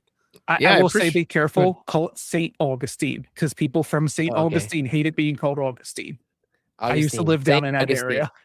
There you go. St. Augustine. I will be there. They put the address on there. Some of these don't always have the address. So yeah, if you're in the Florida area, you should definitely check it out. Yeah, shout out to Meta Market again and the additional ink. They do play here on the ICL. Very, very. I believe they got second place last ICL. So really awesome, really good team. Shout out to Woody, Shaq, TCG. Man, multi-case. I wish we had a multi-case tournament in my area. Yeah, that would be fun. That would be fun. So what are y'all's predictions for this next round, this next match? Sunflower Illumineers, Impact TCG. Impact needs a win here. More yellow purple is what we'll see. I don't. That's not what I want to see, but I feel like that's what's going to show up again. I'm hoping the Impact wins so we can get a full 3 rounds. Yeah. Of the same 2 teams. I'd love to see droids. I like the droid deck, even though like it's not very fair when it does the syndrome spike play. But I don't know. I find it interesting. It's kind of fun to see the new cards. Have you seen droids with Infrascan Ultra Pink specs? Yeah. What does that do? It's the 1-drop steal item that's draw a card and discard a card. Oh, okay. So you can set up your droid recursion. You can set up your droid recursion. And it also protects you from Chernobog. Oh, nice. You can turn 1, just put your 8-drop droid in the discard, and it's like, okay, Chernobog me, see what happens. You can also banish it to give one of your characters alert. So the droid deck that's not known to have any evasive characters, have a way to not only filter and then have the alert ability. I want to see some blue steel detectives. I know. I never thought I would miss Sail because I hated that card, but as other stuff got stronger, it was like, dude, blue needs a way to be able to ramp this quick because it struggles even with that. I can't believe I'm about to say this. We need to reprint Sail. Yeah, I think so. If we're going if we're going to keep Willow in the meta, in the game, we need to reprint Sail. Yeah, either you should push every color or you don't push any of them. And it bugs me when they just push like 1 or 2 ink colors. And again, like the Fabled meta, right? Ruby just disappeared. That's not healthy. Yeah. That shouldn't be a thing where one color just vanishes. Back in my day, Amber was a support color, and it just helped your deck. It wasn't most of your deck. Okay, Grandpa. Yeah, time to go to sleep. We get it. I was bouncing rabbits with foxes, and it was effective. God, I miss the Merlin Mim package. Oh, I do too. I really miss playing Purple Steel with the Mims and like repeat. Yeah. I believe we do have round 2 coming up. That is it for me. Thank you guys so much for having me. Rude Rose Voices. It was a pleasure casting with you guys. Thank you for the ICL. Give it up for Create. Putting on match 2 shortly. So hope you guys enjoy it. And again, thank you guys. Really awesome to commentate here. ICL. Shout out to all the viewers. So really awesome to always see some peak Lorcana competitive gameplay. Absolutely. Good work with you again, buddy. Take care. And now you're stuck with me and Rude Rose. Hey, that's all right. Yeah, I got to win you back over because you didn't like me for my Fabled Purple days. That's okay. No. So the thing is, like, it was just one of those things. I saw Blurple for 3 months straight, after rotation, and I wanted to throw up every local event. I reached a point where I was running Ruby Steel Power Line just so I could beyond the horizon them on turn 4. So it'd be like, you'd have no hand. Congratulations. Dude, I get it. It's same with like everyone is sick of just seeing dogs all the time. Like, I get it. Oh my God. Yeah. Are we back? Are we good? Yeah, I think we flipped sides. So we've got Sunflower Illumineers on the left with Top Deck King 67, and Roscoe 1028 is on the right side representing Impact TCG. And before we start, chat, get your bets in. Oh, it's betting time. I have a problem. I admit it.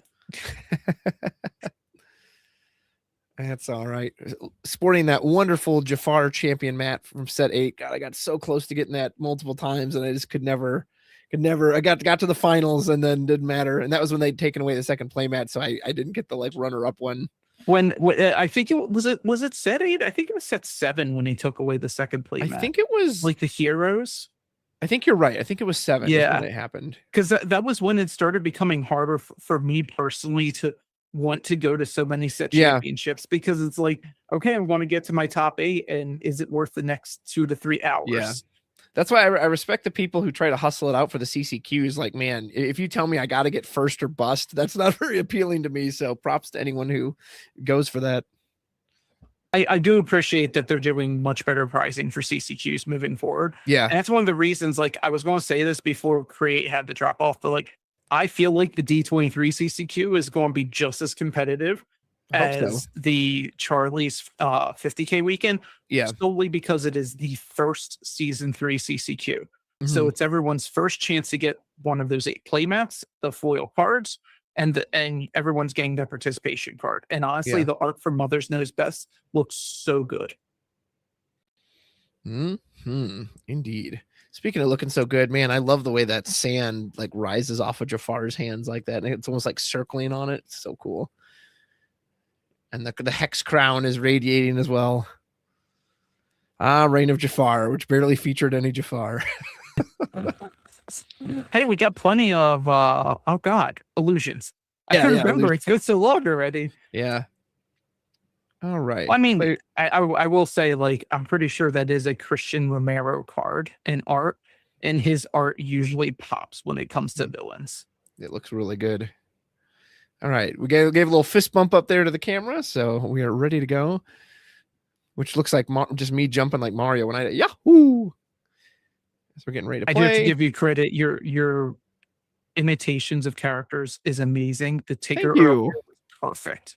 I really appreciate that. Ooh, we might have some Baja here. I see a Minnie Mouse coming down turn 1. Is this going to be Mini Mickey shift? Oh, I hope so. Oh, that'd make me so happy. I'm really curious what Top Deck's on now to counter this, if it's going to be the Mini Mickey shift, because there's a few ways you could just shut that deck down immediately in the first 4 turns. And then there's other times if you can't, you're in trouble. Well, we see 1 Emerald. There's Malicious, Mean, and Scary. Okay, so this is probably Circle of Life. Yeah, and if this is Circle of Life and Roscoe is running the blue-green Mickey Mini, he has to be very careful about churn block, because setting up that shift Mickey Mini and then it just getting hit with like an Aku Churner Bog just wastes so much resources. You essentially are so much on the back foot you can't win. Chernabog is 5, right? Yeah, Chernabog's it's 5, so we it's can play it for 3. Yeah, it's turn 3 Akutable. We got the Mickey, we got the Mini. We actually do quest with the Mini, exposing it to the Angel, but hey, there's the shift anyway, saying doesn't matter to me. So that's really heads up from Roscoe here, because he knows Chernabog can't come down for at least one more turn. Yeah. And in that case, this does allow him to get that 5 lore before the Chernabog comes in. Absolutely. I don't hate it, and he did get 2 from the Mini beforehand because of her ability anyway, where if you play another character that turn, she quests for 1 extra lore. Yeah. There is also the always the old adage, make him have it, right? Hey, you proved it. You got to draw it. Otherwise, I'm going to win in 4 turns. So yeah. I mean, the fact that top deck had the turn 1 Angel implies to me he has to have an Akud. I would think he does, and that's why he's waiting to burn it and use it early. But we're going to find out next, like right after Roscoe passes here.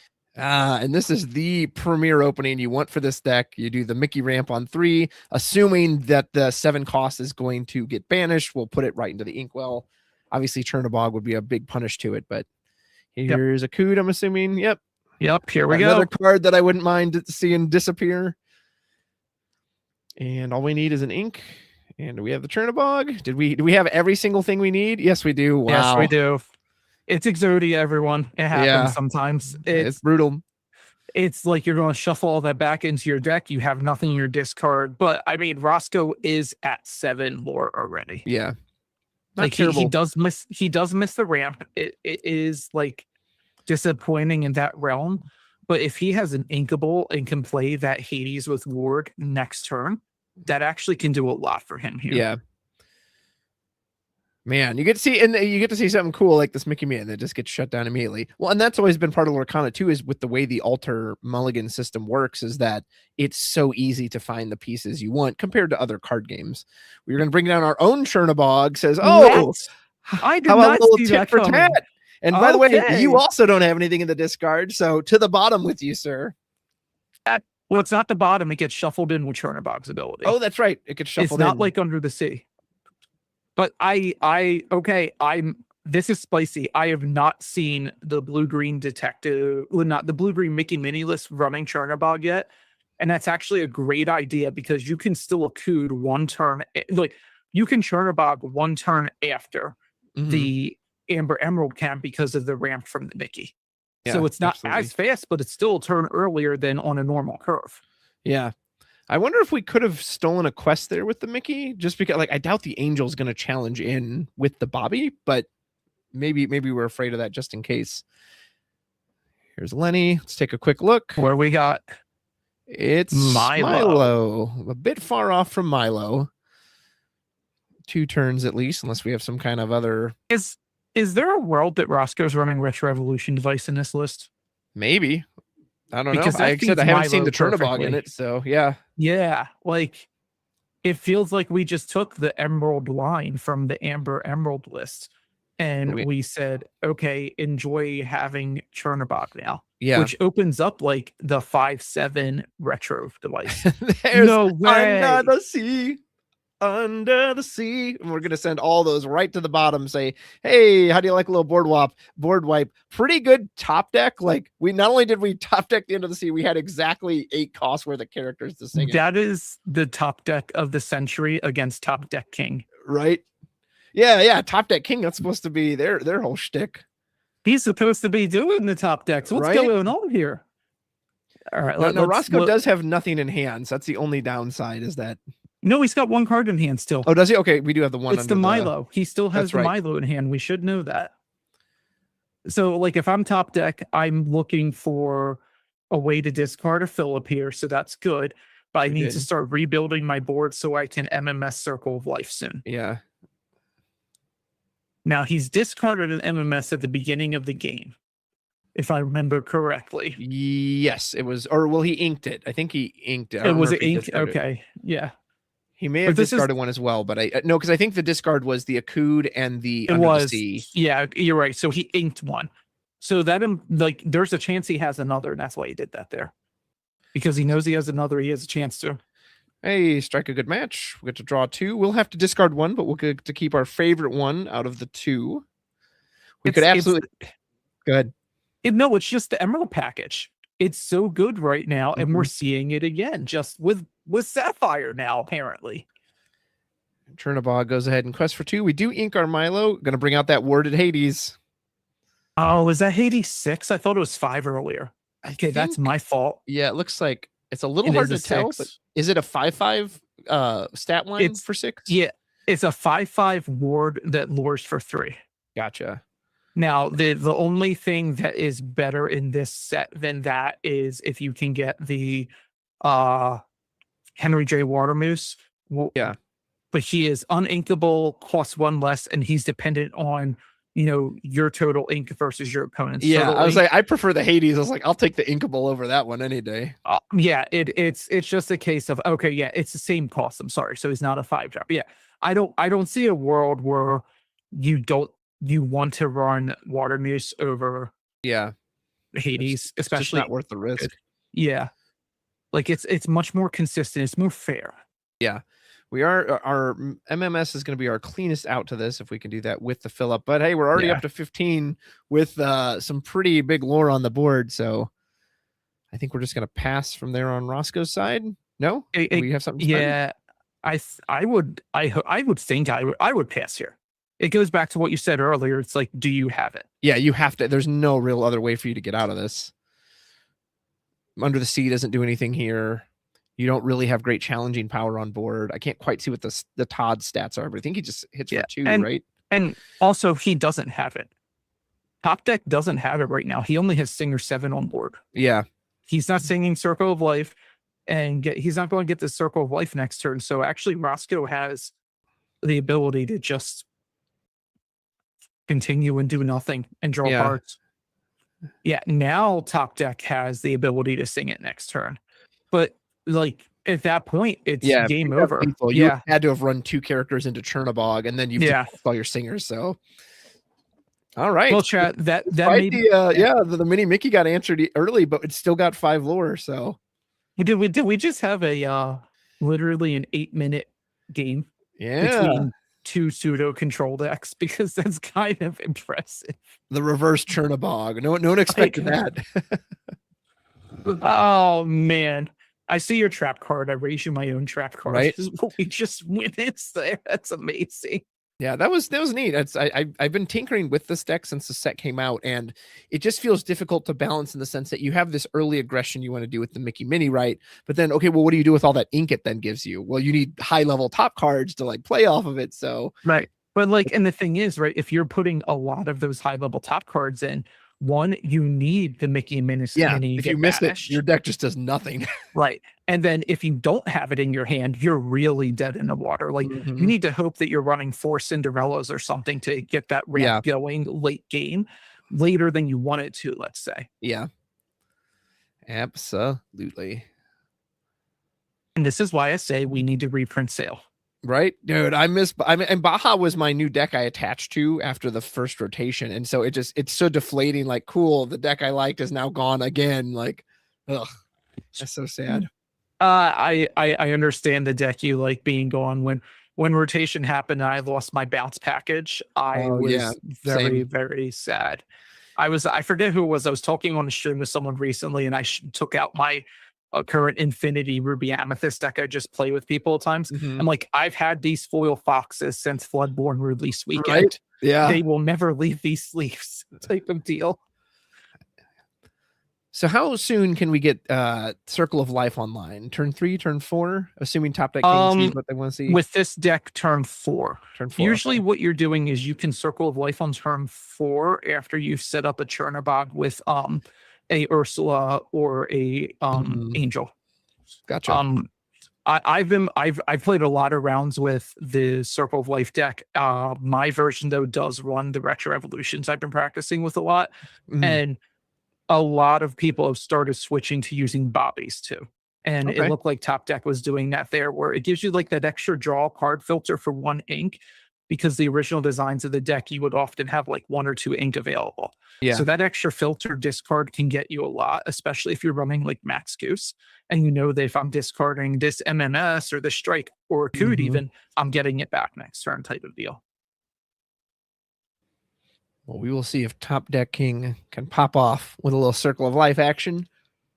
I will say, like, if Roscoe did not top deck that Under the Sea, that game would have been completely different. Yeah, He was also in true. like the Chernobog did great. It would have definitely been we'd still be in the game. There would have been a little bit of a slug match going on. Yeah. Turns out singing for free, pretty good. Pretty strong mechanic. Turns out, oh yeah, turn 5, I'm still singing Under the Sea after you Chernobog by Mickey and Minnie. Good luck. Yeah, no kidding. Which it makes me wonder, is Mickey and Minnie an 8-drop? 7. 7, so it can't sing circle. It can't sing Undersea on its own. Correct. Okay. Yeah, it would need a little bit of help. But yeah, and this is another thing. Another reason that Bobby is great is that this deck really didn't have any good turn 1 plays for the longest time. Like a lot of times, I'll just say I want to play on the draw, hoping I hit Angel. Yeah, and nothing on Roscoe's side. No Mickey Minnie this time. Yeah, just ink pass.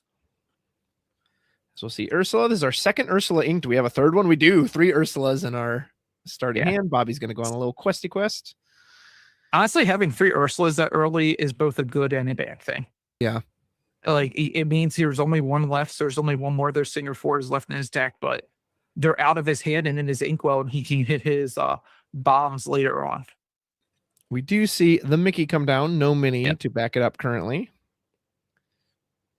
Now, this Mickey feeds the shift Mickey Minnie very well. Yeah. Yeah. Is it on quest when it gets to move cards? Yeah. On quest, if I remember correctly, and if our wonderful host could bring the card up, this Mickey is the one that when you quest, you can put the top deck, the card on the top of your deck underneath it, like you're boosting it, but it's not actually boost per se. Yeah. And then when it's banished, it can like shuffle them all to somebody else, right? Yes. All right, so we're going to get a Todd for 1 ink because, you know, a Coot is a great card. Right. A Coot is just like compound interest where it's like, you know, that whole free singing mechanic? Well, now I get free stuff by that. Oh my God. That's my point. Like Amber, it's not that Amber was like a jerk, but there's the 4th Ursula. Yep. Wow. Every Ursula. All right. Well, they're accounted for. So if you get rid of them, they're not coming back. Reverse, we have hit our 4th Ursula. Is there a 5th? Yeah. Yeah. Right. Yeah. It's like, wait a minute. Hold up. Judge. That's when you know something's going on. This is awkward for Roscoe now, though, because top deck can just sing anything. Yeah. We have singers, 12 on board? Lenny, okay, potentially going to snipe one of those songs from hand. Strike a good match and double Malin Lee. We've got singers for days. Oh God, that's dangerous. That means top deck can literally play Malin next turn. Yeah. Hopefully hit a Circle of Life, sing Circle with the rest of his board with the 2 Ursulas actually, and just have like. What do we have to revive though? Do we even have a character in there? He discarded Chernobog last turn. Okay. With that Todd ability. So there's already Chernobog in the bin for him. I'm kind of surprised we didn't quit. Doesn't Lenny reactivate when you play in action? He played Lenny this turn. Oh, it's the same turn. Okay. Can't quest, right? Yeah. This is a really heads up play from Roscoe now, because he's saying, okay, if you hit Circle, I'm playing the big Mickey Mini shift and you got to deal with it. Yeah. So it's a great way to counter that. There's Malin Lee. Gonna check the top 4. The old discount new version of Ariel. Find another strike a good match. Which I do like this art compared to the old art. I like that Mulan's very prominent on it. I have enjoyed a lot of the reprints we got. Like, I think the new Let It Go was really good too. Yeah, well, and again, I liked when they changed the art on it. That was another thing that was, I think, tough about Fable, is that there's basically no new art. They just reprinted all the same cards. Yeah, that's fair. We get rid of the even I think set 8 Captain Hook was new art too. Yeah, they changed the art on him, so it felt like a new card. Here comes Bobby. We have a massive board. We'd love Under the Sea here to just clean all this up, although we do not have the power to sing it currently. And the King is living off that top deck and digging and digging and digging, trying to find those key songs. Granted, I mean, are you going to under the sea a Lenny and a Mickey Mouse? I don't think Roscoe's like overly upset about that. But I don't think he can hit the Mickey Mouse either. If I remember correctly, Mickey Mouse is a 2/2. Yeah. So he can only hit the Lenny, which like getting Lenny isn't the worst thing. All right, what do you? I'm curious what he's wishing. Interesting. To get rid of Mickey, I guess, knowing they're going to revive the big one. Do you have a second one? I feel like I hit Lenny here to wait. Is he just not doing the effect? That's true. It is optional. So he could just skip it is an A. I just get a big body out of it. Actually, that's top deck has no cards in hand. Yeah, that was a little all in, but maybe felt like, well, because I have no cards, I need to be more aggressive. And to be fair, Roscoe hasn't ramped at all. So Roscoe is not going to be able to use all those big, powerful cards. Here we see more mice come out. Ha ha! Time to play, folks! As Mickey and Minnie come out together, both in their emerald colors. And Mickey's going to go in and say, was that Bobby? Hey, Bobby! Ha! Bam! Gives him a little knock on the noggin. Just give Mickey a Keyblade before he does that, please. Right? Yeah. So my one thing, like, I hope we get a very special announcement at D23. I know nothing, but I can dream. I've heard other people asking for that one. I'll be surprised if Kingdom Hearts ever comes in here. We do get Nakud, really good one off the top. Let's just get next one's a little bit cheaper. It's interesting though that he's hard casting the Nakud instead of singing it with something. Yeah. I feel like singing it with Mei Lin there would have been okay. Just to, like, in case he hit something that he could have played. Well, no, because he's a 4 ink. If he was a 5 ink, it would have enabled a Milo or something, but no, it wouldn't work here. That I think that Steamboat Mickey is a 3/4. It's kind of hard to see the stats, but so the mini can take out a Mei Lin, but they'd have to send in multiple to take out one of the Ursulas. We revealed just Bobby in hand. And he couldn't pull that hurts because he couldn't play the Bobby with the Akud trigger because he'd be discarding whatever he drew. Yeah. Well, and maybe it's one of the weaknesses of this deck right now, right? Is when it doesn't hit its spike go off play, it's kind of struggling a bit. I wouldn't say it's struggling because like top deck has the ability here to quest for another 6 lore and go to 14, and his opponent's in 0. That's also true. And Lenny is not helping challenging this board. Yeah, like it's discarding MMS, which there has to be something pretty good in that hand to discard MMS right now. Yeah, we might win off of just old-fashioned lore board power. 4, 5, 6, 7. We have exactly 7 on hand. Roscoe needs that under the sea. Yeah. Oh my God, I was joking. I was joking. Under the sea. Woohoo! Cleans that board up nice and pretty. Chernabog will stick around, and Chernabog is going to take multiple characters to get off the field, but still. No, Chernabog is just going to take Mickey and Minnie. Or Scuttle. Yeah. Scuttle's in this deck. Big old Scuttle. And now we're finally going to get on the board. 3 lore. That is exactly what Roscoe needed. Is it enough? Have we stalled our opponent enough to try to catch up on all this lore now? All right, so it's the mole. And I'm assuming we're going to quest for 2. We could just pop off those Lennies if we want to get rid of him, although he's not a attacking threat. He is a singing threat. I feel like top deck just has to quest here. He's a 14. He's got to put the pressure on and make Roscoe challenging with stuff. Yeah, because you take out the Scuttle. The Scuttle trades with the Chernabog. Yeah. Yeah, there we go. Like, go up to 16.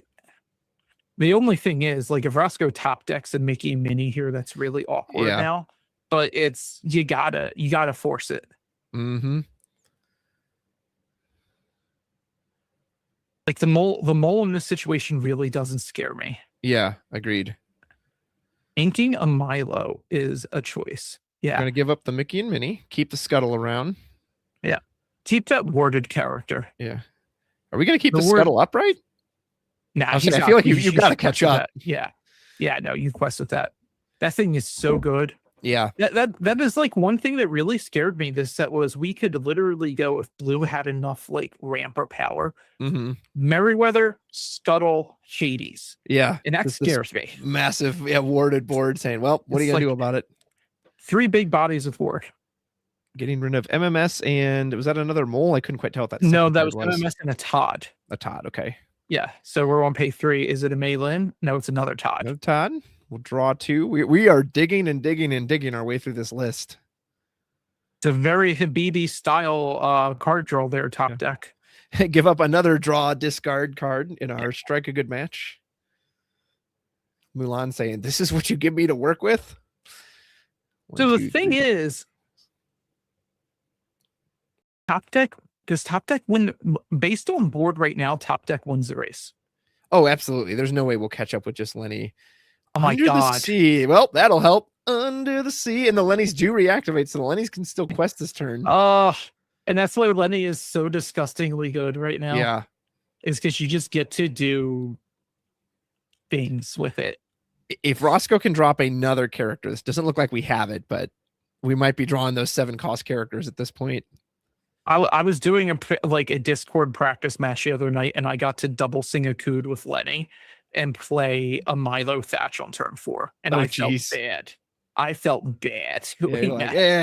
Speaking of Milo, we won't have the card to discard it, but yeah, top deck came so close to that 20 lore, but Roscoe has just been able to stall, asking, "Hey, what's in your discard? Because if I drop this Chernabog, I don't want you to bring that Mickey back for free." Yeah, it's like, I got these. I've also got this. Oh, by the way, I've got the big one. Like, the Chernabog just doesn't. Yeah, you can't use its effect if you play it, which I'm assuming. Okay, yeah. You just have to put it out for the lore. You cannot use its effect here. Yeah. Well, I mean, the thing is, like, if top deck draws anything that lures for 1, he can quest get to 19. Mm-hmm. I'm assuming we have an action because we quested with the Lennies. Yep. Strike a good match. Whew, this card's looking kind of busted right now. Yep. It's Lenny's amazing if you're in like a mirror where you're staring down your opponent, because you can quest an action and not lose them into normal challenges. We do Inca Milo. Is this our own Chernabog? Oh, it's the doctor? Bushroot. Yep. Another worded character. Word on him is dangerous. Yeah, this 6. Oh, yeah, because he can double quest the Lennies. Yeah. I mean, this should be the game, right? I don't see what you could, because you have to take out every exerted character right now to not lose next turn. If even one sticks around, it's going to quest with that doctor. Yeah, this is, I do believe this one's over. Yep, that's it. Wow. Roscoe takes an impact. And that looked so dominant for Top Deck King as far as like the board state early, but we just never found anything amazing off of it. The one Circle of Life we got was a Chernabog that didn't trigger an effect. So yeah, I was told that blue green was a fake deck this set. I thought it questions was about that right now. Right? No, that was awesome. That gave me hope. I was not expecting Chernabog in that list. That's insane. That's such a good idea, though. Yeah, that was great. That was nice to. I really like those Mickey and Minnies, so that was nice to see. And yeah, like you said, really good strategy to put them into the discard. So hey, if you do Chernabog me, I'm just bringing this back out. So basically, said you can't risk that. Yeah, the Chernabog line is not as good as it was like 2 or 3 weeks ago, literally, because not just that deck, but like Purple Steel's running the Scan Ultra Pink Specs or whatever. I forget what it is, but like there's so many cards in different colored combos and decks right now that are draw and discard or discard a card, and you just get to load some giant monster inside of your discard and bring it back if you get Chernabog. Yeah, that's the part of the meta I always enjoy, is when someone's like, "Well, I'm going to start running this to beat your thing," and they go, "Okay, well, I'll start running this to beat that thing." Yeah, wouldn't you love if we could just throw Kaiju Mickey into the discard in this meta right now? Right? With the Chernabog being on tap. Yeah, and he comes out, ho ho, crushing the castle. We have Leviathan for that matter. I know. That would actually be insane. Like, oh yeah, you just blew up my board and I get to play this Leviathan. Congratulations. Yeah. Granted, I guess the Leviathan wouldn't trigger because it needs to see the cards get discarded, but still, it's a big 10 cost. It's cards enter your discard. So if your opponent messes up the triggers, and just like banishes 2 things and then does the Chernabog on something, and you just go, here's Leviathan. Yeah, it does trigger. It doesn't say on your turn. It just says when you play this character. I think we might be having Roscoe standing by for an interview. Let's see if we can get him in here or not. Unless there's, I'm we don't have Roscoe. Never mind. I don't know if we will have Roscoe. He is on his way. Excellent. Well, we'll just keep chatting in the meantime. Oh, yeah. Go back to the Mickey. Man, that makes me want to play that deck now, because not only did I like the Baja colors, but it's granted I feel like the Circle of Life deck just kind of stumbled a little bit too. Am I misreading that? Do you see it differently, Mike? I don't think it's I won't say it was a bad stumble, but there was a bit of a stumble. I mean, let's be honest, Roscoe top decking Under the Sea every time he needed it kind of reset the game both games. Yeah. Game 1, we thought top deck and Roscoe were in an even match after Chernobog v Chernobog. And then Under the Sea comes into play with the top deck. And then game 2 was a very similar situation. If anything, top deck was about to win the game. And Under the Sea got hit. Like you can't predict that. You can't just sit there and go, okay, I messed up. I think honestly, game 1 was close, and game 2 was the deck was working as intended. He just changed the line to be a bit more aggro because he could, and his opponent hit what his opponent needed. That happened. Well, and it came to make him have it, right? Well, he did have it. He was able to find it. So, all right, time for a little interview time. Bringing on board, welcome the winner of our match, Roscoe. Roscoe, congratulations. Thanks. How's it going, guys? Good. And I have to say, so it's not the Clarabelles, it's not the Prince Philip, the Cinderella, but you playing Baja tonight made my night, because that was my deck for the last 4 sets. So tell me about it. Why Baja? Why the Mickey Mini Shift line? What's going on with these cards? Oh, I was filling a hole with whatever was left. Fair enough. I like that assessment. I love it. That's great, because it really felt like at the beginning of the set, I tried a few games with that deck, and I was like, it just doesn't feel the same. Even with the Mickey and Minnie. Everybody's lists that are out there are like trying to do way too much. This is very, very streamlined, knowing that you are likely to face some yellow-green. So there's some items in there to help get around the Chernobyls, but other than that, it's very straightforward. Yeah, like we were. Oh, go ahead. Go ahead. No, go for it. Go for it. Go for it, Roscoe. I mean, like the idea is to shift Mickey Minnie as early as you can to, unless they're on yellow-green.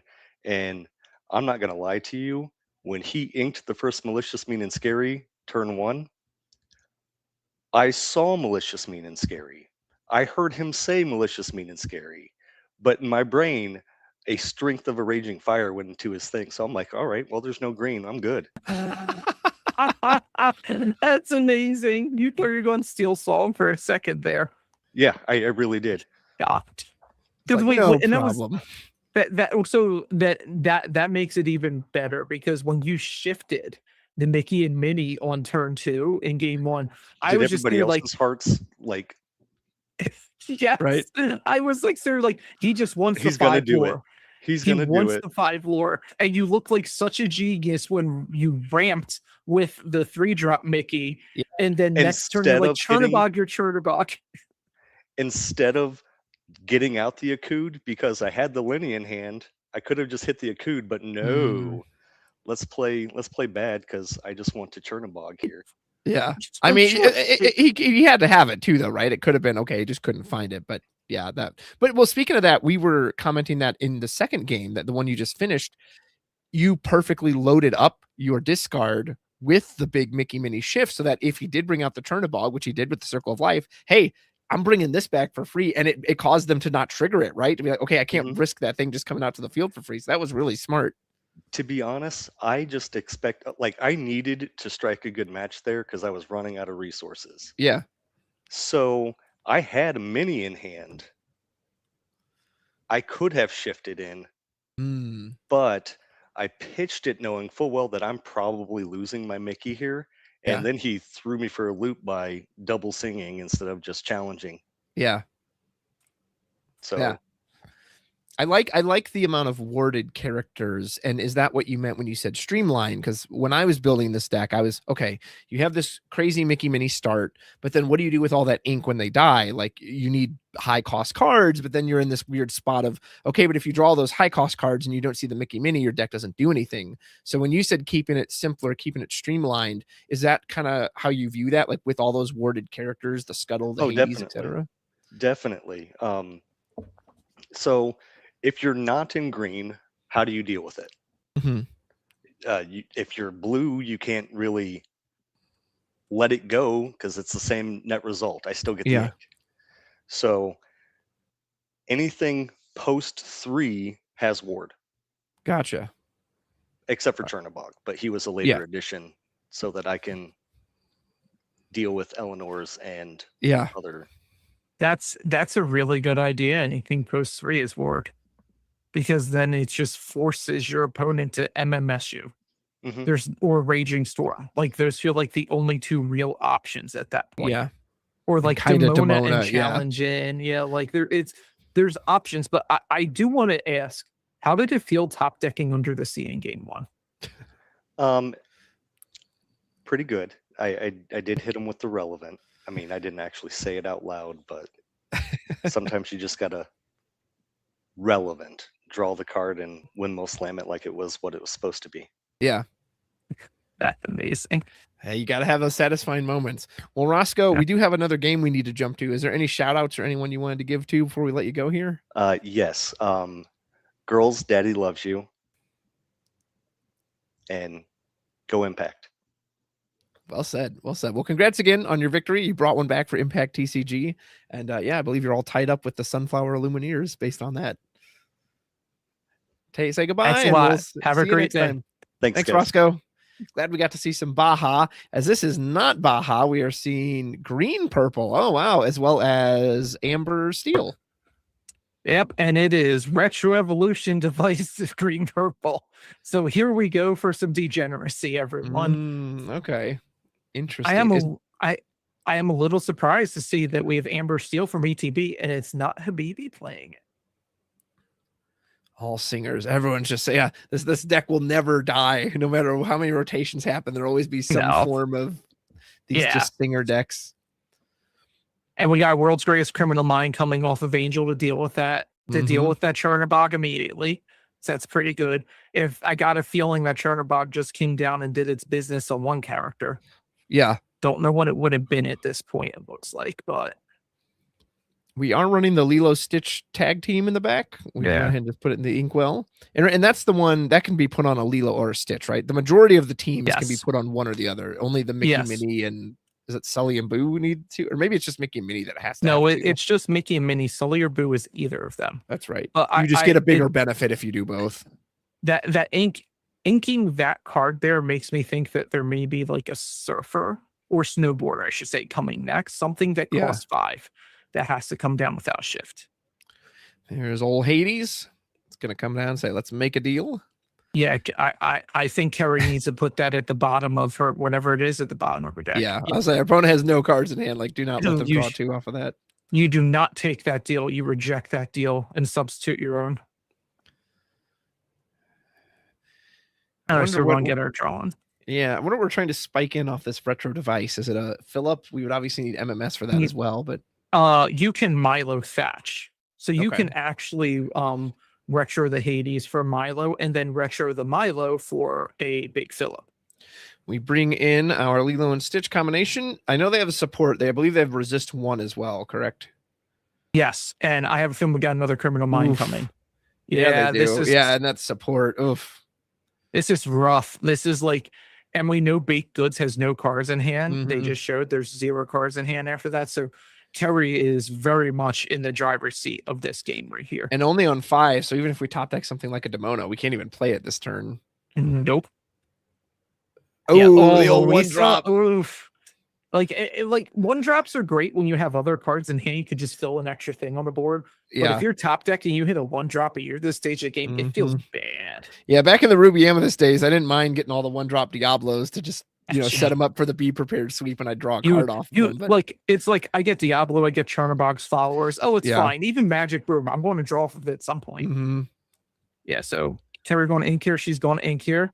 She going to boost? Yeah, she's going to boost that area. Yeah. Makes sense. Get it out there now. And there's our song. Strength of a Raging Fire is going to go and knock out Louisa Madrigal. Oh my God. Aerial draw.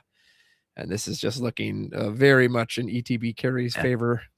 Yeah, I will say Carrie does need to exert that ink technically. Oh, she didn't use her ink appropriately, but she did not exert that last ink. Yeah. I don't think it will matter, but yes, you are correct. The Huntsman, he's like a 4/1, isn't he? 4/1 with Ward. Yeah. He's a 4/3 with Ward, actually. He's a pretty good body for a 3-drop, honestly. He will dodge every bit of removal that Carrie can throw at him now. Yeah. Because you just can't hit him. 4, 5, 6, 7, which we might not care about when we have 7 lore on the board. Can go all the way to 18. Yeah. And we get Angel. I don't know if we have any ammo for Angel. I don't know if it even matters. Probably better if we don't, because now Angel has resist 2. Honestly, this may be a world where you just quest the aerial too. I think you do. Like just force it to 18. Yeah. Yeah. Just Make do him it, have to Carrie. answer as much. What could he possibly? What could Baked Goods possibly draw here? Like even if he hits a 5-drop that he can hit with the Huntsman with Retro for, you're past the point of no return here. Yep. And another retro. I think this isn't easy. Says I'll go out on my terms. Going out like a red player. I appreciate that. I'll sacrifice my own characters. ETB Carry will take. Looks like this is game 2, so we will get a 3rd game out of this. Looks like Baked Goods took the first game. Yep. Which doesn't mean Baked Goods should get to go first again now for this one. Sorry, Mike, go ahead. No, you're fine. I'm happy that Carrie is fighting back after that traitor of a Purple Steel player, Chris, decided to run Amber Amethyst. All right. So the purple green version of the retro device, that's not the normal version, is it? Isn't it usually amber green? It started as amber, then there's this amethyst version coming out. Now there's like a ruby version that people are testing and talking about. Gotcha. Okay, so it's kind of been all over the place. Yeah, because like the amethyst version specifically lets you start just looping cards from your discard to the bottom of your deck where you can never deck out. And you can also run the the 2-drop Lyle. Oh, looks like we didn't actually have the proper results. It was a 2-0. So it looks like here I am actually here I am hyping up Retro Evolution device and how good it is. It's like, nope, 2-0'd. Yeah, do you know how good this is? Well, we don't either because it got blasted tonight. I am excited for the Ruby version of that deck because you can, in theory, play an Olaf on one turn and then Retro Evolution device it to play a Leviathan.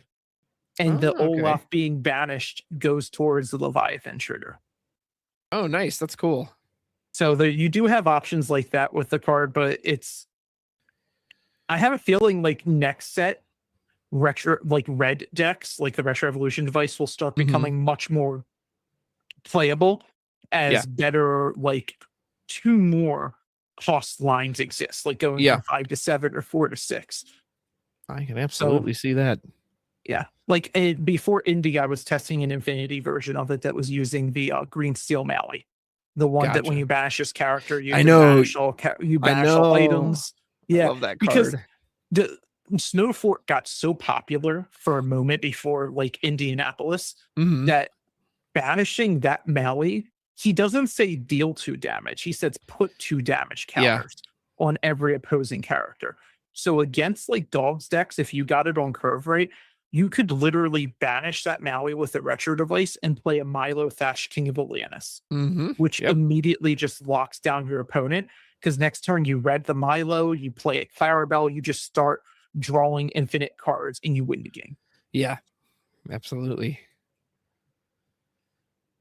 So I'm assuming that El Capitan Luke is trying to find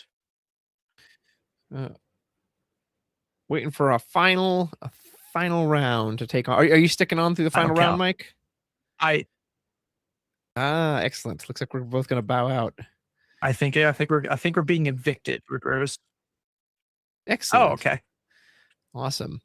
Sorry, chat. We're talking back with Luke real quick. Yeah. Tech notes. Man, I want to go build that Baja. I'm going to pull up Ward right now in Baja and blue and green. Man, And there's green characters with Ward. I mean, it's just Ward the deck, right? You can get the Elephant, like Dr. Bushroot. You get Bushroot, you get Merryweather, you get the new Hades. You get Could run the Huntsman we Scuttle. just saw. Yeah, the Huntsman. Well, I don't think the Huntsman really goes into the blue-green deck. I could see the Huntsman in like the Amethyst retro device deck. Yeah. Because of the 5-drop Amethyst characters you can play like Hades. But I don't see it into the blue-green deck. I think the blue-green deck, you're going to see more of like the Dr. Bushroot, like the things that are high lore. Yeah. Just pains to deal with. All right. We've got a couple people joining us in. Welcome. Hello. How's it going, everybody? Good. Welcome to the chaos.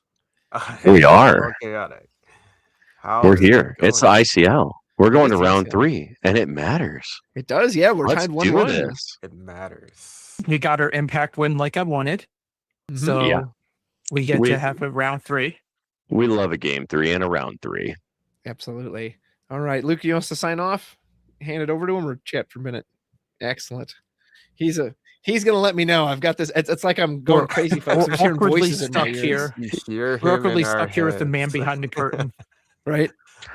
Yeah, at night, when I'm sleeping, I also hear Luke's voice in my head. And Yeah. Yeah. it Yeah. happens, you know? It That just, is very fair. this is what we get. You Yeah, might want it's to. my life. Yeah. right. You Is might there a want certain deck you guys want to see tonight? Well, so here's the thing. We haven't seen Ember Emerald on Impact's side yet.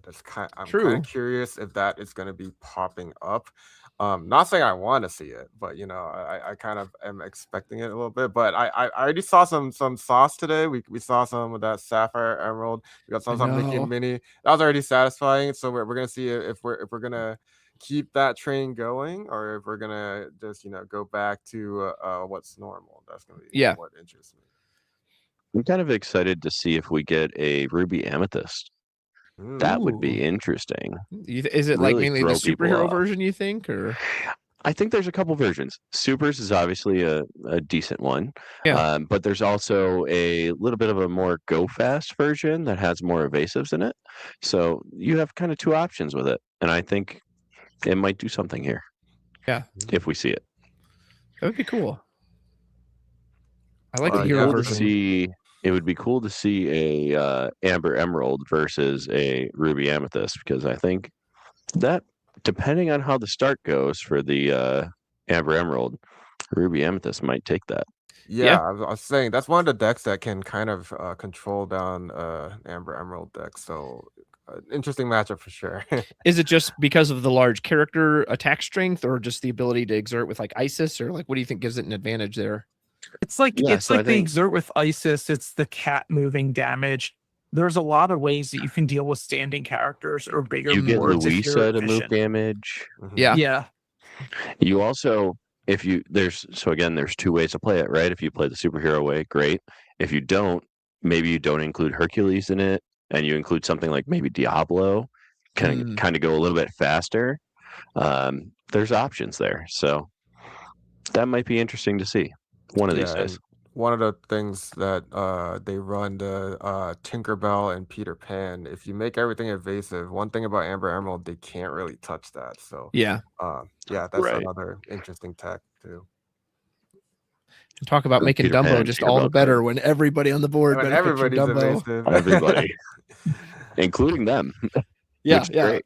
We Yeah, we're all love evasive when them. Dude, that abilities card in include limited, themselves. If opponent Oh, played that the- card in limited, it's like, all right, well, I guess you win. I It's win the It's answer there. ignorant. It's so good.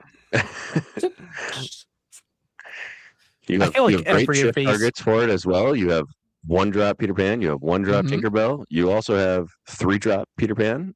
Your opportunities are endless there. Yeah, absolutely. What were you gonna say, Mike? I feel like every evasive and limited feels like you just win. Like, Yeah. let's be honest, during Wilds Unknown, if you got Pegasus and your opponent didn't, Oh, that you was a won. great card. Like, it was kind of just one of those days that happened. Yeah. Or even Bashful for that matter. Like that Mhm. matter. Like if your opponent goes in limited Wilds, Bashful, Pegasus in that order on curve, it's just okay. Yeah. Thanks. Good game type of deal. Yeah, it's kind of crazy that we saw like less evasives at the start of this meta when it's been such a prevalent thing, at least in one or more decks in the previous ones before the rotation happened. But now we see them come back, so we're just reminded once again, evasives matter. If you don't have countermeasures against it, you're in for a bad time eventually. The meta was a piece that then Vixie attacked. Right? Yeah. All right, so let's see pop quiz for all of you without looking it up because I've got the answer here. How many evasives were released in set 13? How many cards with the word evasive on it? Take a guess. I feel like it was less than usual because I did play some limited and I was thinking about it. With the keyword evasive, or so they have the key. They specifically have the keyword evasive, not that they deal Peter with Pan and evasives. Tinkerbell do not count. Correct, because they don't Okay. technically have the keyword evasive. They do technically have the keyword evasive, don't they? Because they give it to themselves. They give it to everyone. They just say your characters say gain evasive. it, but they don't have the actual. Okay, so we're not counting them because it doesn't say the keyword. Okay, so that's the actual keyword. It has the keyword on it. How many?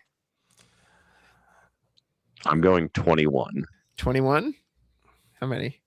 14. 14? How many? I was gonna go low. I was gonna say something like 8. I'm gonna say 8. 8 is the closest. It's 9. Okay. Yeah, I was gonna say there were not many because usually before a pre-release, I'll do some planning because I want to see what's good. I do enjoy myself a sealed. I enjoy myself a draft.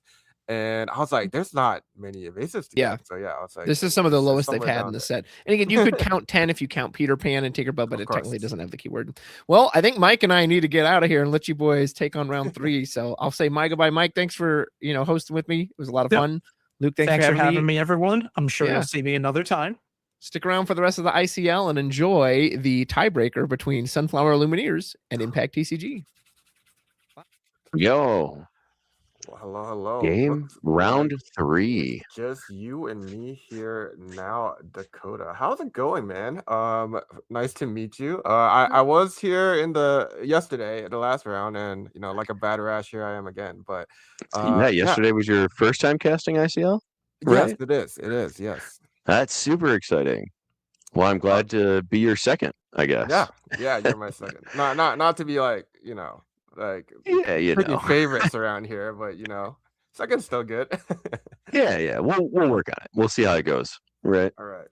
So what are you hoping to see here today? What are you rooting for one team over the other, or you just want to see what decks come out? What are you looking for? I don't have a bias on either team. I'm on the Lazy Boys, so not my division. But I am excited to see Lorcana. I'm hoping for a game 3.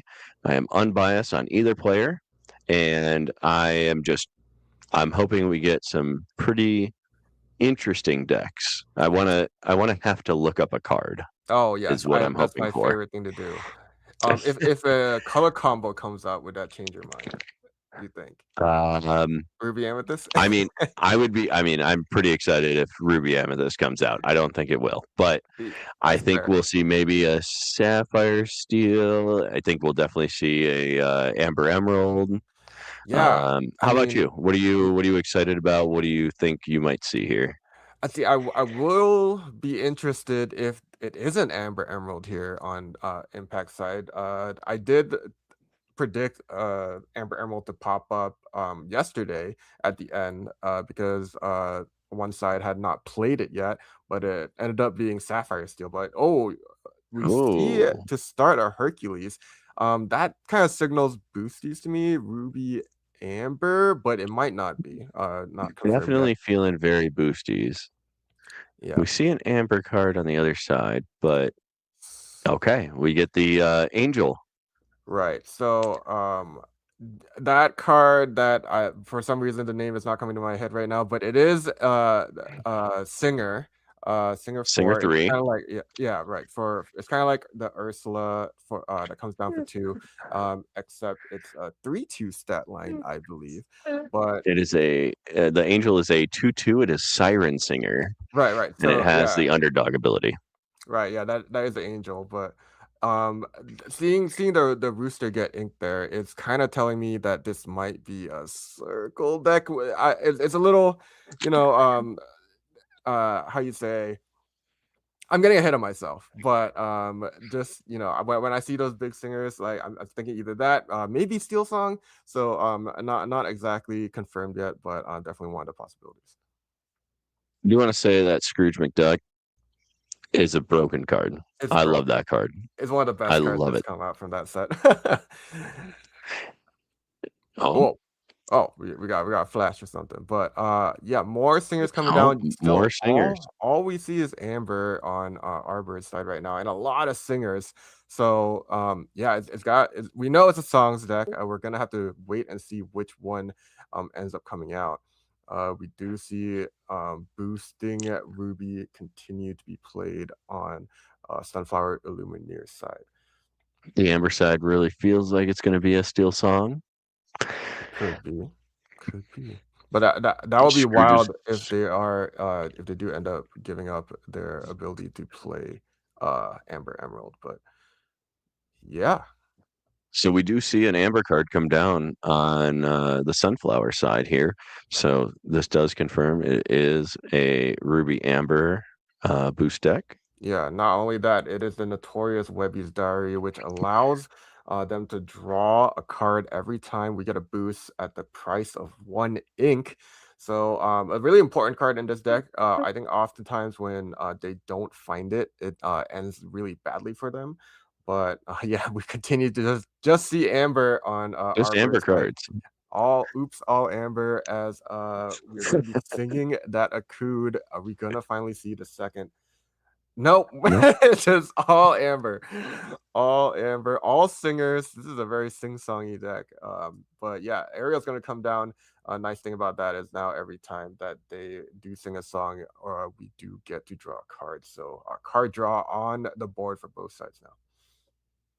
I'm very impressed that it has been all Amber so far. On the impact side. Right. This is always an interesting thing. Like also myself, like maybe doing tournaments or like playing online or anything. First game I'm playing against my opponent. If I can shield my other color from them, I'm gonna try my hardest to do it. And I don't know if Arbor is trying to do that, or maybe that's just all he's seeing, but you're just gonna keep them playing the guessing game as long as you can. It is a fun game to play. I do also enjoy doing the I'm going to see how long I can go without this. Right. We see a red alert come down. Very good answer for this, Ariel. Really sends our bird a little back on the tempo. We do see another color. It does look like it is emerald. I think that's the Todd that got boosted under the Ariel. Unfortunately, he tried so hard to hide his other color, but Ariel's the one that betrays him when it ends up being sent to the discard. But yeah, we are going to be also trading into this angel, getting a singer off the board. But yeah, we're being confirmed this is probably a circle deck, just showing all of these singers. The emerald color, we're probably trying to dump a big card into the discard, and then we're going to try and bring it back. Yeah, and now that we showed the emerald from the aerial, we do see the Todd come down to confirm it even further. The jig is up. There's no point trying to hide it anymore. Yes, there's that big card going to the discard. Yeah, it doesn't get much bigger than that. Prince Philip threatening to board clear the moment it hits the board. But so now on the Ruby Amber side, I can't talk apparently. What are we most afraid of? How long do you think we continue to play characters out and progress our board knowing that card is there? Do we think they have the circle of life right away, or are we going to kind of play it cool and just do maybe one character at a time just in case? So here's the thing. I do play this Amber Emerald deck up. Not quite the same, but it is a circle deck that I do try to play with also. And Ruby Amber is kind of a really tough matchup if they do get running, especially like once they find stuff like that Webby's Diary. They manage to draw some cards off of Ohana. They're in a really good spot here, and they're really tough to play against, mainly because they're also like kind of like a heavy control deck. And yes, like if we manage to hit something like the Prince Philip, if we manage to board wipe, it is something, but they always have that Raging Storm in their back pocket if they get up there. So if you don't end the game fast enough, it gets really strange because like I feel like you have to play faster into them in some occasions, but yeah, if you don't get it fast enough and they get to just kind of control as long as they want, then that kind of becomes a problem because if they get to their late game, oftentimes they're gonna have more cards than you because they just keep drawing off of Webby's Diary and they just continue to keep going and every boost card becomes a draw card, which is what's kind of crazy about this Webby's Diary card. So we see there's ink here. So we're paying 2. Let's see what we do. Bunch of balloons. I was gonna say if you ink here and you boost something, which one are you gonna boost? Scrooge or Hercules? I mean, so he's trying to spend 2. If you're trying to be efficient with it, I guess you would have to do it with this. Okay, so he doesn't end up doing it, but Yep. you would end up doing it with the Scrooge because it does cost 1 for the Webby's Diary to activate. So if you want to get that draw, I think that's the most efficient. But yeah, really interesting strategy here. We're just going for it. No boosting at all. We're just continuing to play cards that can boost, but we are like continuously using all of our ink. We don't have enough to boost and draw, but yeah, keep putting on the board. I mean, Arbitr's not really threatening anything at the moment, at least. So we are starting to get to the point though where he is about to have enough singers on board to kind of get some combos off. So maybe a little threatening there. Under the Sea. Interesting. All right, so Milan does find Under the Sea on Arbor's side. So it's an interesting card. If the Hercules does manage to boost up though, it doesn't end up doing very much. Milo going down to ink to play that Ursula too as well. And yeah, I mean currently on the board, this, we can sing both Circle and Malicious Mean and Scary next turn, right? And play that Philip. So we do need to worry about that a little bit. We do see the Scrooge's Counting House though on the other side, so that is resistant to the Philip, which is good. Mm-hmm. And I think also would allow us to draw off the Webby. Right. Yeah. One thing about this circle deck, a lot of times you just have to keep standing. You can't really send them on challenges, send them on quests because you need them to be singing. And when you have threats on your opponent's side, that starts to become a problem.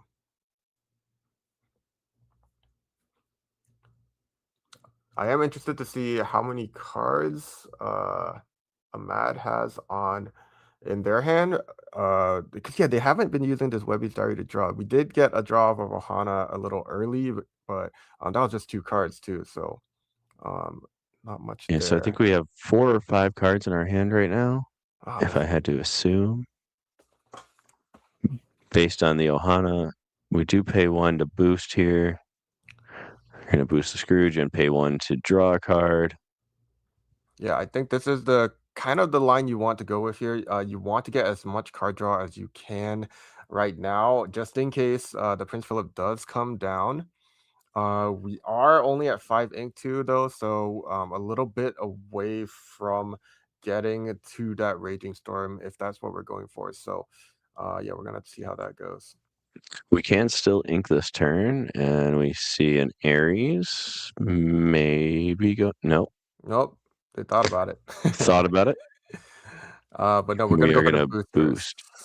Yeah, boost, as J-Bomb likes to say. But yeah, I think card.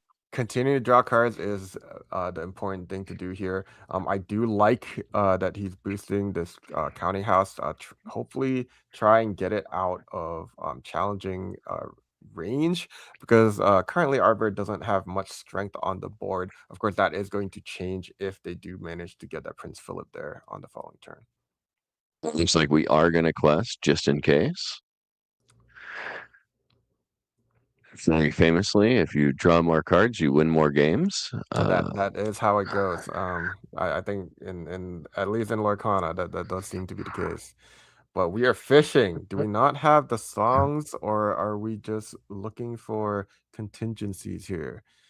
Malin going to look at the top 4 cards, finds the put that thing back, or so help me. And that might be putting something back. We'll have to see if that is what has to end up being played. I would like you to continue singing that song throughout the rest of the match if you can. So help me. So help me. What a great song. So good. They should have just done a whole play on it. But we are doing something with the Malin here. What could it be? I am confused. What? Oh, it was the wrong card. There we go. I was like, what is happening with that Lenny there? But he is putting Malin the back to Malin hand. back to hand. That is interesting. Like, I can So see it looks like we are going to continue to dig here. We are going to continue to dig, continue to fish. I mean, that is interesting because, yeah, obviously, okay, so he does find a circle. I do wonder if that is exactly what he was looking for, or if he still needs the malicious. But now we don't have enough to sing it. We only have 7 inks worth of characters standing up at the moment, and we couldn't sing the malicious anyway. But I mean, we are at a spot where we can hold and wait. Is that what Arbor is thinking? But giving Ahmad this time to continue to draw off of this webbies for another turn is gonna prove to be problematic, I think. But thinking about maybe going into the Hercules here because it's not boosted, so it is a 0-3. Oh no, just 2 going into the counting house. Okay, yeah, we're gonna have to start working on that, and I think that is the correct line here, just in case something does happen, because every time it boosts, it's gonna continue to get harder and harder to remove off the board. So any little bit of damage you can do to it will be helpful. But we are at 10 lore here for the boosties side, the Sunflower Illumineers. So not too bad. It's a great position to be in for them for sure. Looking at this, we boost the Hercules. We can draw a card, take out the Todd and one of the Ursulas to limit the circle plus malicious plus Prince Philip combo. Yeah, and the thought here too is we are at it looks like 6 ink. If we ink up, it goes to 7. If we have Raging Storm in hand, maybe I don't care. Maybe the Philip comes down and I'm just going to sweep it away in a storm the following turn. Definitely keep drawing though. I do like this. We want to draw while Definitely we still draw have our boosties on the board. Yep, it'll be very telling if he boosts the counting house again. If we boost the counting house again, that means we are not worried about the Prince Philip, and we're just going to be Raging Storm next turn. That is true. That is true. But yeah, counting house currently at 5 health with 2 damage on it. If we boost it up, it will go up to 6. Just 4 damage to take it out. But one thing is, like, since Arbor went on this challenging spree, now we get to take out some of these singers. That is not a good place to be right now. I think we needed that for the circle. I do wonder if challenging the counting house was the right move here. I'm just maybe he still doesn't have. Alert. Yeah, that's really not the best position to be in. Now we don't have enough to sing the circle at all. I do wonder if he didn't have the malicious in hand, so that is why there was the sense of urgency to kind of like put some damage on the counting house so that he could remove it this turn, because it is getting out of hand. There's only 1 card under it right now, but it's still 2 lore every single turn. Still already a threat. But taking out both Ursulas was a really solid idea here. But by doing so, we also ended up getting damage on both of our characters. So the malicious really is not needed in that combo anymore. We do see another Malin come down. Still searching. Yeah. I was just looking at the name on the Sunflower Illumineer side. I think that's Amadeus because that's a 3 instead of an E. I was like, I couldn't. I was just looking at it. It wasn't making sense to me, but I think I got it. But anyway, looking good for him right now. I think he had the right read on how to play against this deck. I think most people know, like, if you're playing against a circle deck or any kind of singer deck, remove the singers, and that ended up being a really good line of play. Now we see a struggle in them trying to get the game back here. Nice Do you that see they a dragon going to the discard? that was boosted underneath of the counting house. Nice that they finally got to remove it. Unfortunately, that meant that he did have to exert these Meilins, which makes them some sitting ducks for some more challenges if we so please here on Amadeus' side. Yeah, but that Malin is a 2/3, so 2/3. Malin would take out the Hercules, but not the Scrooge currently. Yeah, but I mean, I think I would take that. That seems really good for me. Bring it down our bird down to only one 3 cost left. Definitely not singing that circle anytime soon, unless they play something that is able to get there. And I feel like if this is the regular Beasties deck, at some point I'm going to draw that Raging Storm, and then I don't care anymore, and I can eventually just wipe the board. So that's kind of what I would be working towards. But Aries finally Aries. hitting the board.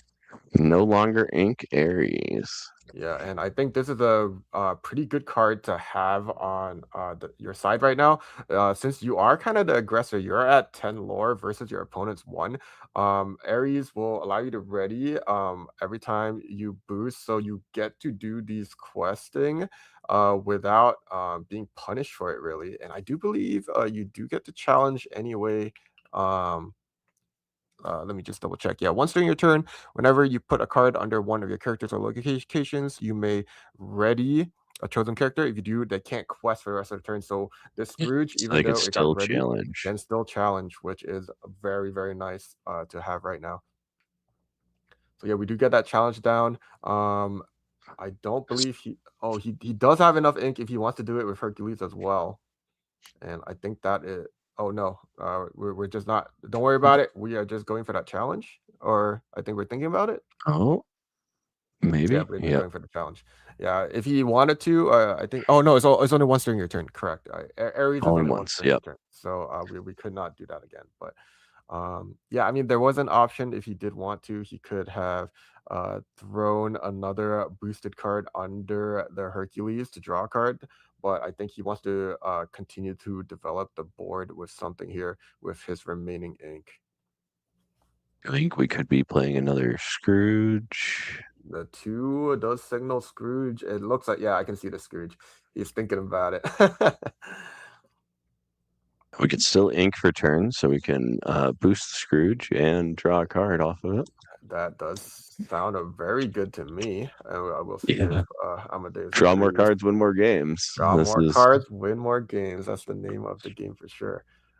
Got Augustine going down to ink. We do get that boost. We do get that draw.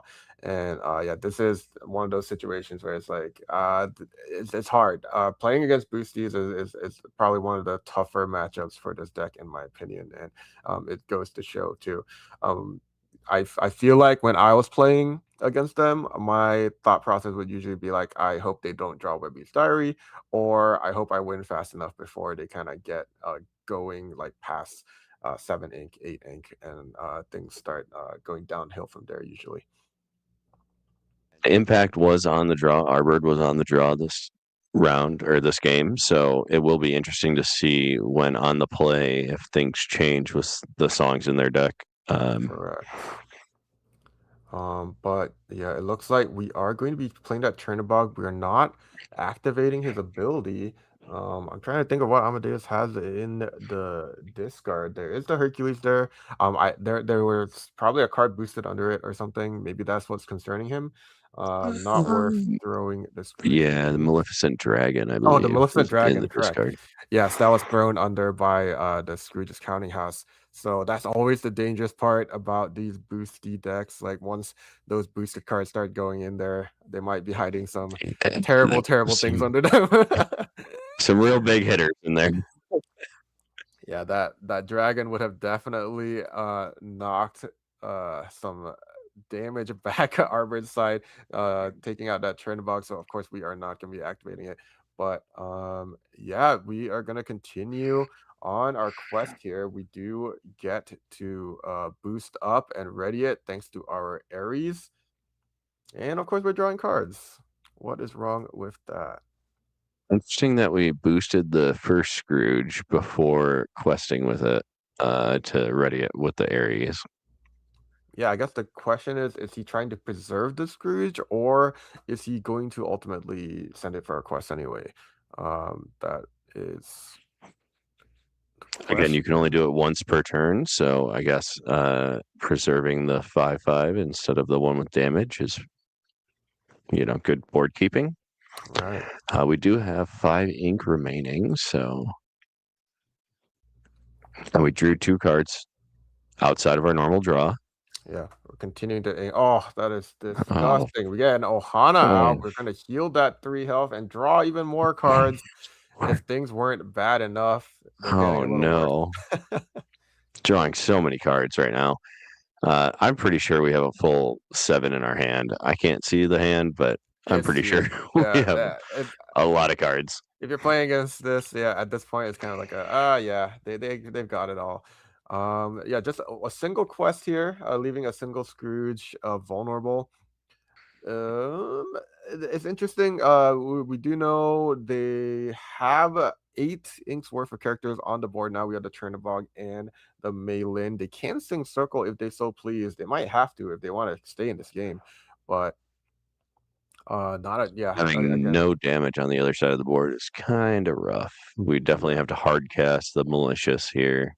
and here it Yeah. comes. So we're kind of being forced. Our hand is being forced here, but this is the kind of the concern that I was thinking of. Where okay, now you get your combo off, you get your circle off, and that's all good and dandy. But I mean, they've drawn a lot of cards here on Amadeus' side, and Raging Storm is a great card to play right now if they do have it already Trying to prepared. see what we threw into the discard there. Nothing earth shattering. Oh, here we go. Hercules. Yeah, Obviously nothing the Aries. crazy. Yeah. Obviously, when boosted cards go down there, a lot of boosted cards will follow too. That was a lot of things going into the trash there, followed by the Prince Philip. But yeah, is this a Raging Storm? What are we looking at here? I think we're thinking about it. That's what is this? That's a lot of cards. How many? 9, 8 or 9 cards in hand. I think Amadeus. It's a lot of cards in hand. Sitting in a good spot right now. Oh no, okay, we're just going nice. hard to cast World's Greatest Criminal Mind to take out that Prince Philip. Okay, no Raging Storm. Not. I guess a good question is, are they even playing it, or have they just not drawn it yet? We'll have to see. And I guess even on top of that, we're at 13. Are we even worried if we can just get rid of the Philip? Yeah, like probably it's not. still only 3 per gosh, turn. Here we go again. We're gonna follow with the Gaston. We're gonna keep them back down. Yes, they got the combo off, but they're not getting much from it. And a Scrooge's Counting House, we can boost it next turn and get another card. We're just drawing cards. Yeah, we're at this position like reminiscent of the old red purple days where you just play a bunch of locations and you play keep away with a be prepared, just trying to keep them alive. I think this deck, the Amber Emerald deck, is going to struggle really hard in trying to remove this counting house now, but we'll see. They're definitely going to try their hardest here. Dealing 2 damage to it right now with the Maylin, challenging it. You see the boost immediately onto the aerial, which always good in a song deck. You want to draw cards, so yeah, I mean they didn't get to play a song though. We're gonna have to see if this aerial gets to stick around or if something is going to swiftly remove it. At 14 lore here for Amadeus. We're really putting the clock here on our bird. It looks like, is it 8 or oh, it's just Maleficent Dragon. I mean, I say Maleficent Dragon is a Maleficent Dragon. Pretty big card to come down here to take care of this aerial down in Dragonfire, and we're just gonna remove the Maylin. I mean, it makes a lot of sense, and we have a nice 2 ink here, just enough to boost this counting house. And this might be all she wrote here. It's going to go up to 16. Yeah, this does Not put yet. us in lethal. I think And it's Lord, just short. I think it's just short because we have 5 Counting on board. House gets 2. Yeah, 2, 4, Oh, right. 5. Yeah. We're just 1 short. Well, we are close, and I don't think Arbird's gonna have much to be able to come back here.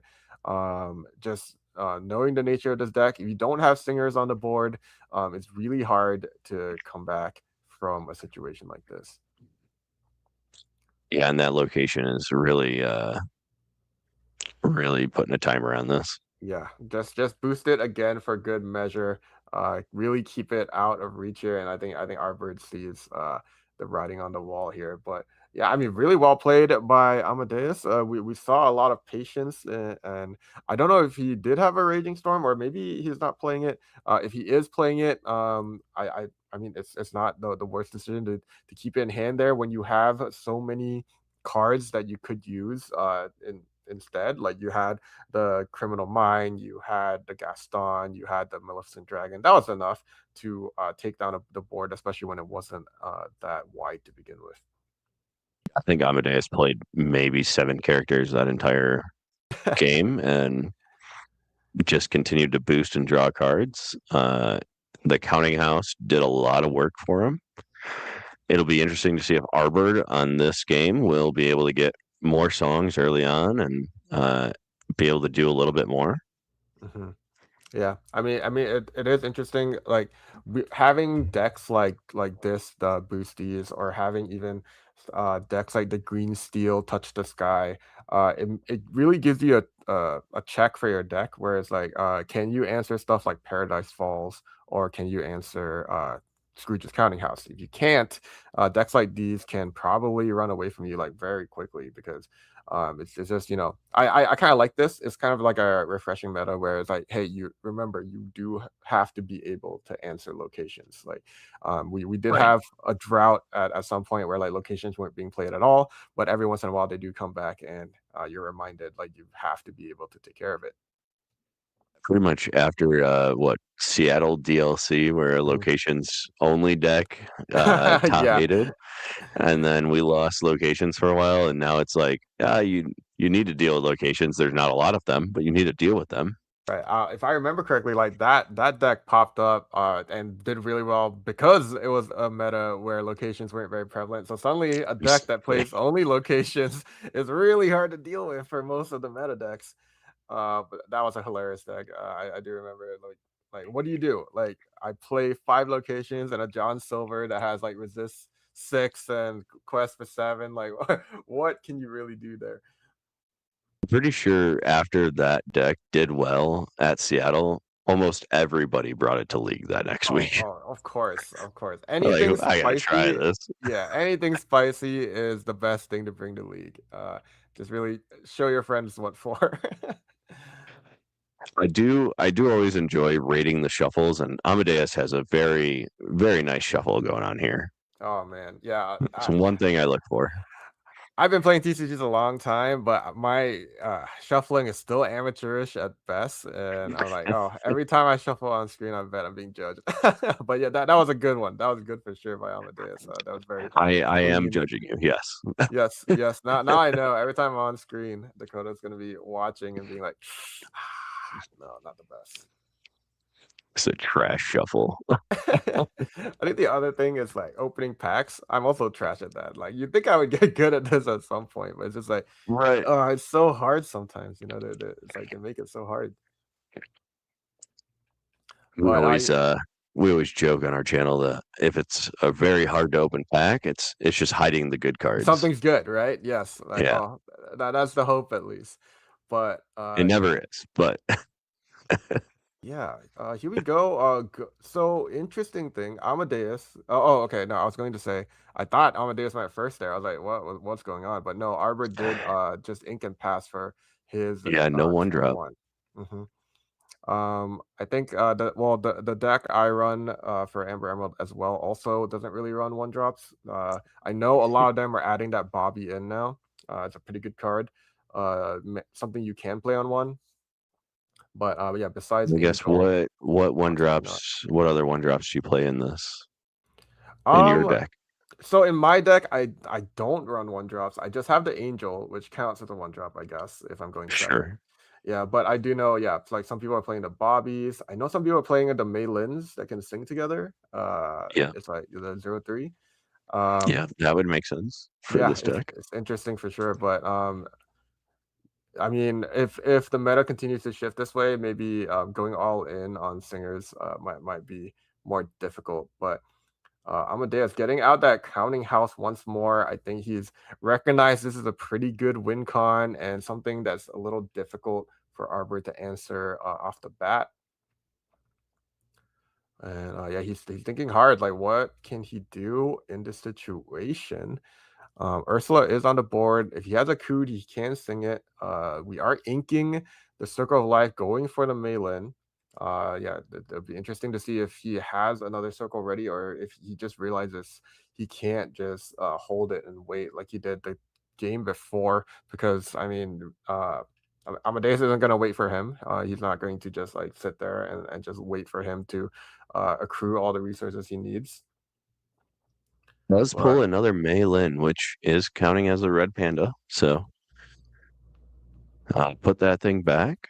Yeah, I don't think that works on locations, if I remember correctly. I played this card. I should know better than that, but put that thing back. So it's in character or item. Or item. Yeah, so it can't be used on the location, but he is going to use it on the Hercules.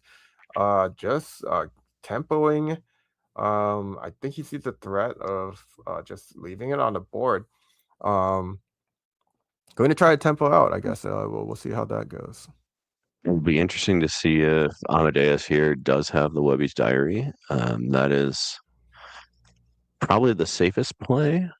I don't know if it's the right play in this situation, but you know, establishing the Webby's Diary as soon as possible is always a good thing. Yeah, I mean, going for the late game isn't the worst thing. I think boosties will thrive a little better in it, as long as they continue to sustain their card draw. So if that is the way, but no, here comes Scrooge once more, and the Hercules. And the Hercules. We are back to game 1. Back to game 1, exactly. Back to game 1, which is not a good sign for Arbor. Like, let's hope that he has a way to get back. I mean, he did go first. We'll see if that is what ends up making the difference here. A Cood. Again, a Cood's such a good card. Still is a good card. Has been a good card since it was released. It's gonna be interesting to see how he follows with this, because honestly, his singers are very vulnerable right now. The fact that there is a Hercules and a Scrooge on board, like even Ursula, if she exerts herself, Scrooge will just boost once and bye Ursula. So very precarious situation here where we have to really think hard on if singing the songs are worth it. Mei Lin being played again, we do find another put that thing back where it came from, or so help me. So help me. So help me. So help me. So help me. We are exerting. We are going to play it. I think it makes sense. We are sending that Scrooge on that back. Scrooge. Yeah. We just I feel like we're just delaying the inevitable here. I think it is good to do it now before it's boosted. Obviously, right. You don't want them to get more cards than they already are getting. Kind of stopping the whole. It stops a Webby's Diary coming down and boosting the Scrooge on the following turns easily. Yeah, Malicious coming down, and we are going to play the Lenny. I think we are looking for the Webby's Diary here. It's my assumption. It is in hand. Oh, are we getting? Oh, we're taking care of the Horseman strikes. Interesting. I think. Oh, Lenny can only hit actions, if I remember correctly. Why am I blanking here? Yeah, I believe it's only actions. Yeah, Lenny is only actions. It's Mowgli that's able to hit Mowgli. Yeah. The items, but non-character. It's unfortunate that they have the Webby's Diary in hand. That's going to be problematic in the future for sure. Luckily, both of these are, I believe, boost 2. Scrooge's Counting House is a boost 2. Yes, they are both boost 2. So we're not going to be able to get any value off of these at least. But we do already we know we have a Scrooge in hand. It keeps getting bounced back, so it's there. But yeah, I think at some point we are going to have to develop that Webby's Diary if we want to start getting our card draw engine going. It looks like that's maybe not this turn though. Are we thinking of playing the Scrooge again? Possibly. Oh, we're boosting the two to counting boost. house. Okay. We can still ink and then play the Scrooge. Scrooge will be okay for a turn because it'll be ready. Yeah. Or if they want to challenge, they will have to boost this Hercules. So yeah, it looks like they will boost this Hercules. Yeah. We're gonna take that Maylin. Yes, I think that makes sense. Ursula gets to live another day. And our opponent has Singer up to 10 if they want. Or Lenny can go twice. So here we go. A Crude being sung by the Lenny. He gets to ready himself with his ability. And I see an avenue here where Arbor can start trying to take command of the board. A lot of Maylins being played. A lot of digging. We are digging hard, and I mean we did see like Malicious get inked. We saw like Circle of Life get inked. So not the best situation. Did we miss there? I think Maylin just missed as well, and Arbor has 2 cards in hand. Ugh. This is going to be dicey. Flashbacks to the days of Ariel. Oh yeah, that was always the worst when Ariel missed. It's like, come on, I packed my deck full of mostly songs for you, and you still can't hit. Oh, that's and the last Maylin hit a Maylin, so hit a Maylin. There's that. Oh boy, and here we go. Ursula has to end up going for the challenge. The nice thing here is we do get to hit the counting house. Hopefully get it off the board soon here. We are at 4 ink for Amadeus. If he inks a card, we can. We can't. I was gonna say we can play the diary and boost, but we do need an extra. We can't pay the 1 for the diary. Yeah. For the diary, so that's not gonna be the case here. The good news for Arbor here. Yep. No, I was just gonna say the good news for Arbor is Amadeus is not as ahead in lore as he was in game 1. He's only at the 3, so it's not the scary situation from game 1, and he does have characters on the board this time around. And we do have 13 worth of singing for Arbor.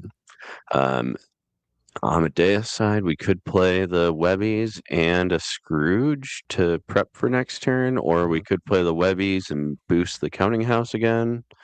I'm not sure you would want to do that. It's still going to get taken out.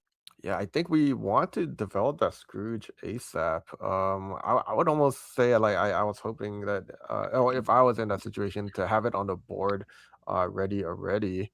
Instead of boosting the counting house, but it makes sense. You wanted to keep it safe from some challenges going in and taking care of it early.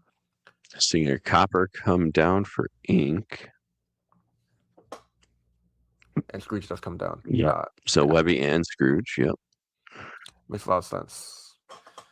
Yeah, I think this is going to be the turn where Arbor is going to have to swing them. I mean, the momentum is in his court right now. He's going to have to keep swinging it because, yeah, Amadeus, we only have 5 ink on that side. I mean, we haven't seen anything akin to a Raging Storm yet, but whenever I play boosties, I have that card in the back of my mind.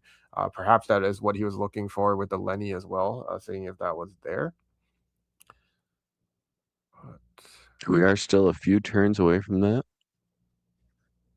Yeah, we are going for a turn of bog. We are sending that Scrooge away. Luckily for Amadeus, he does have the Hercules. It's not as good as the Scrooge, but at least it's something you can boost to draw a card. But oh, never mind. Just kidding. That's not happening. Hercules is going straight under the deck here. And it looks like he was ready for it too. He knew like out of the options, there was a Liquidator there. Like Amadeus is probably not going to be picking the Liquidator to bring back here. He knew that he wanted a boosted character, and yeah, just really heads up play to recognize that that's what they were looking for. But that's the kind of swing I was talking about. This is kind of what you want to see to like come back against this deck. Only having one willpower left on that counting house is very huge. Yes. Now they can't really boost it out of safety's range anymore. A Maylin can hit it. If it doesn't get boosted, the Ursula can hit it. But yeah, great We situation. might have to for boost it Arbiter. just to draw a card. It might be the case. It looks like it is the case. Yeah. We are gonna get the draw. We're gonna have to work up Playing for the late game here. Yeah, hopefully a board wipe would be I think the only saving grace here. But yeah, things are looking really great for on Arbor's side now. I think if I'm Amadeus, I feel like I'm still in an okay place, especially if I have that board wipe. I'm only 2 turns away from it, and I'm still in the lead currently. Yeah, I think anytime you play a boosted deck, like at least if you're playing Raging Storm, you have the option, the possibility of saving yourself at any situation with that Raging Storm. So if he is thinking about that, then I'm assuming right now he's thinking about the best way to get up there safely. Yeah, especially with everything only questing for 1 on the other side, except for the Chernobog that quests for 2. It's very easy to catch up to that. Yeah. Something worth thinking about. I'm not sure so much about the ICL, but if you're in like something like a DLC or maybe even a set chance, looking at the clock here, if you feel like the situation is precarious enough, like it might be. It's a thought of either playing faster or maybe even scooping to go to the next game to have enough time to finish. I mean, like 17 minutes is still not too bad, but looking at the board state, like that is a situation to think about. But if you're thinking about this pretty hard, there must be an avenue to win here, would be my assumption. See what we're gonna ink. Hmm.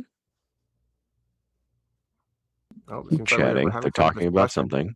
Yeah, there is some discussions. Yeah, it looks like they were just making sure that the lore is correct on both sides before continuing. I mean, it is an important check, especially with so many characters on the board here on the Arbor's side. There is a chance that he just starts to run away with this game.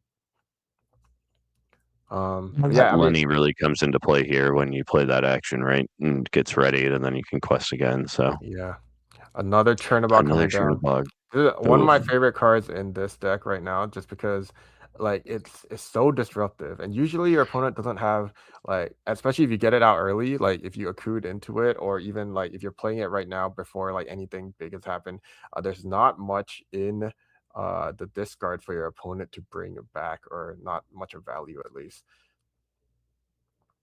Probably only questing with the Maylins here because they trade with the Liquidator. So Yeah, no free clears for that Liquidator. yeah, going up to 8 lore I assume this is the correct lore. Counting house, yep. Yeah, So the counting house gets 3 immediately on start of turn. Yeah, this is interesting. We passed over back to Amadeus, leaving this counting house up too. So yeah, I'm interested in why we quested with both Maylins and not quest with one and hit the counting house with the other. That counting house is really outrunning you right now. So. Yeah, and he didn't want to exert the Chernobog, I assume, so that it doesn't get taken out by this Liquidator. And Liquidator is reckless. It is forced to run in, so it will, if nothing changes, it will have to run straight into this Maylin and take both of them out. But yeah, here we go. What are we playing next? World's Greatest. We are just gonna hard cast take it, out a Chernobog. take care of a Chernobog. And we do have to swing, so we're gonna swing into the Maylin. We are at the nice number 7. We have 7 ink in our ink well here. Could be a Raging Storm in the following turn, but yeah, Accrued being sang by that Lenny. And just Accrued and Lenny is one of the best combos. Right, You basically are playing a good for free. It does look, I mean, like Arbor's kind of spent here. It looks like that was the last card in his hand that he just played out, and he's just gonna go for it. Are we racing or okay? So we are taking the counting house. Yes. Okay. I was gonna say like I think it's worth losing one lore to make sure that the counting house goes away. It looks like we lose a dragon and a red alert there. Yeah. I mean, not the That red best sign alert. for Arbor because now all your turn bugs are once again useless. That since the dragon has hit the discard, but we have already played two, so maybe we've already went through those lines. But is it a raging storm here? That's going to be the question because if this is the best time out of any, Arbor has no cards in hand. Everything's on the field. A raging storm would just be a quick and decisive way to get rid of everything, but it doesn't look like it. 5. This is a Gaston. Sully. Okay. Sully.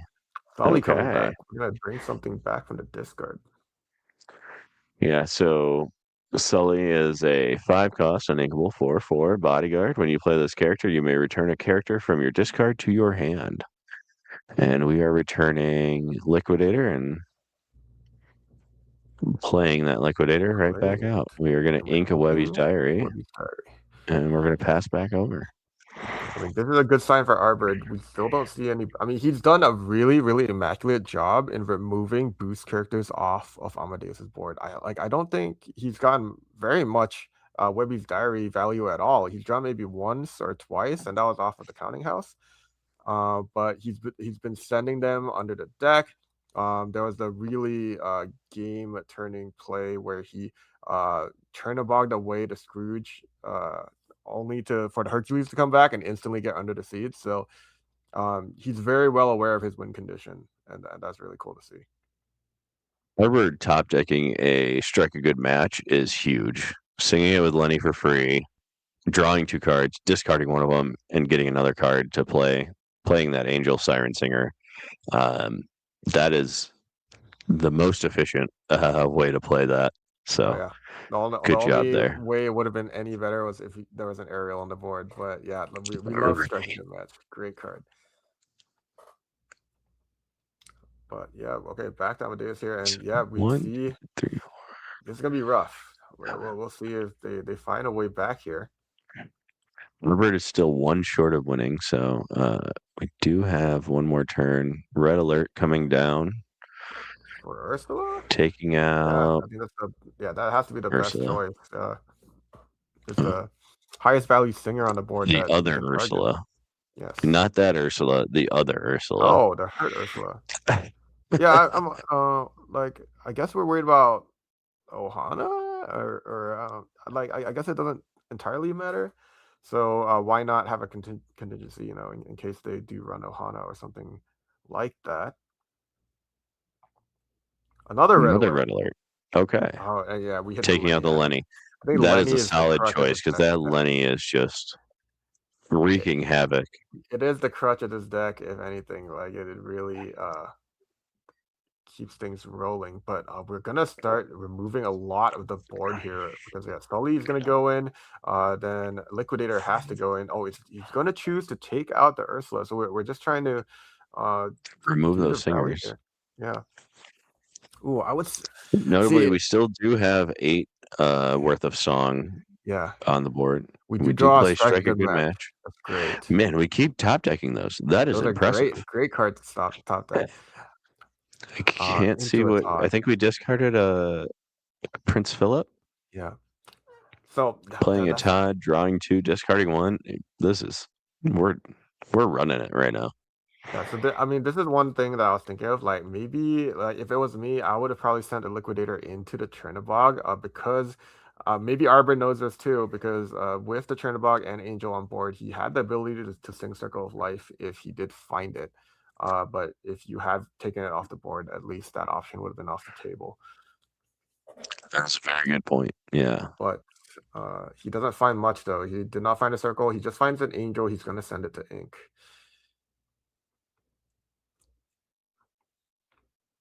Taking out that Sully. Right. I don't think. Are we going to quest It's not a safe. I think Neither I of think these we are safe shouldn't. quests. So Yeah, I don't think that would be it's just not optimal. Especially now again we're retaining these 8 uh uh value of singers, but drawing Ohana a going card. to draw a card. We are still drawing cards, even though we're not boosting. That's crazy. But It's crazy. yeah, I mean, like our Arbor is doing a really good job here. We're gonna have to see if he's able to hold off till the end. Playing Another a Sully, Sully, pulling a Sully bring back back. a Sully. Oh, always. This is one of the boosties. Like, whenever you see them do this, it's like, oh, or like when they shift onto it with the Sully and Boo, and then the Sully comes back. It's like, well, it's a whole thing. Lenny being played, just showing the Sully in hand. We're kind of at this like position where everyone's kind of like out of cards. It's gonna be a top deck war, so we're gonna see who comes out on top of this. So it'll be an interesting draw here. But we could get something like a Scrooge, play the Scrooge, do the Webby thing. Hercules, do the Webby thing, right? Eventually, you were going to draw a boosty character. So, Yeah. boost. Here we go. Webby's Diary comes for one more. And 4 ink left.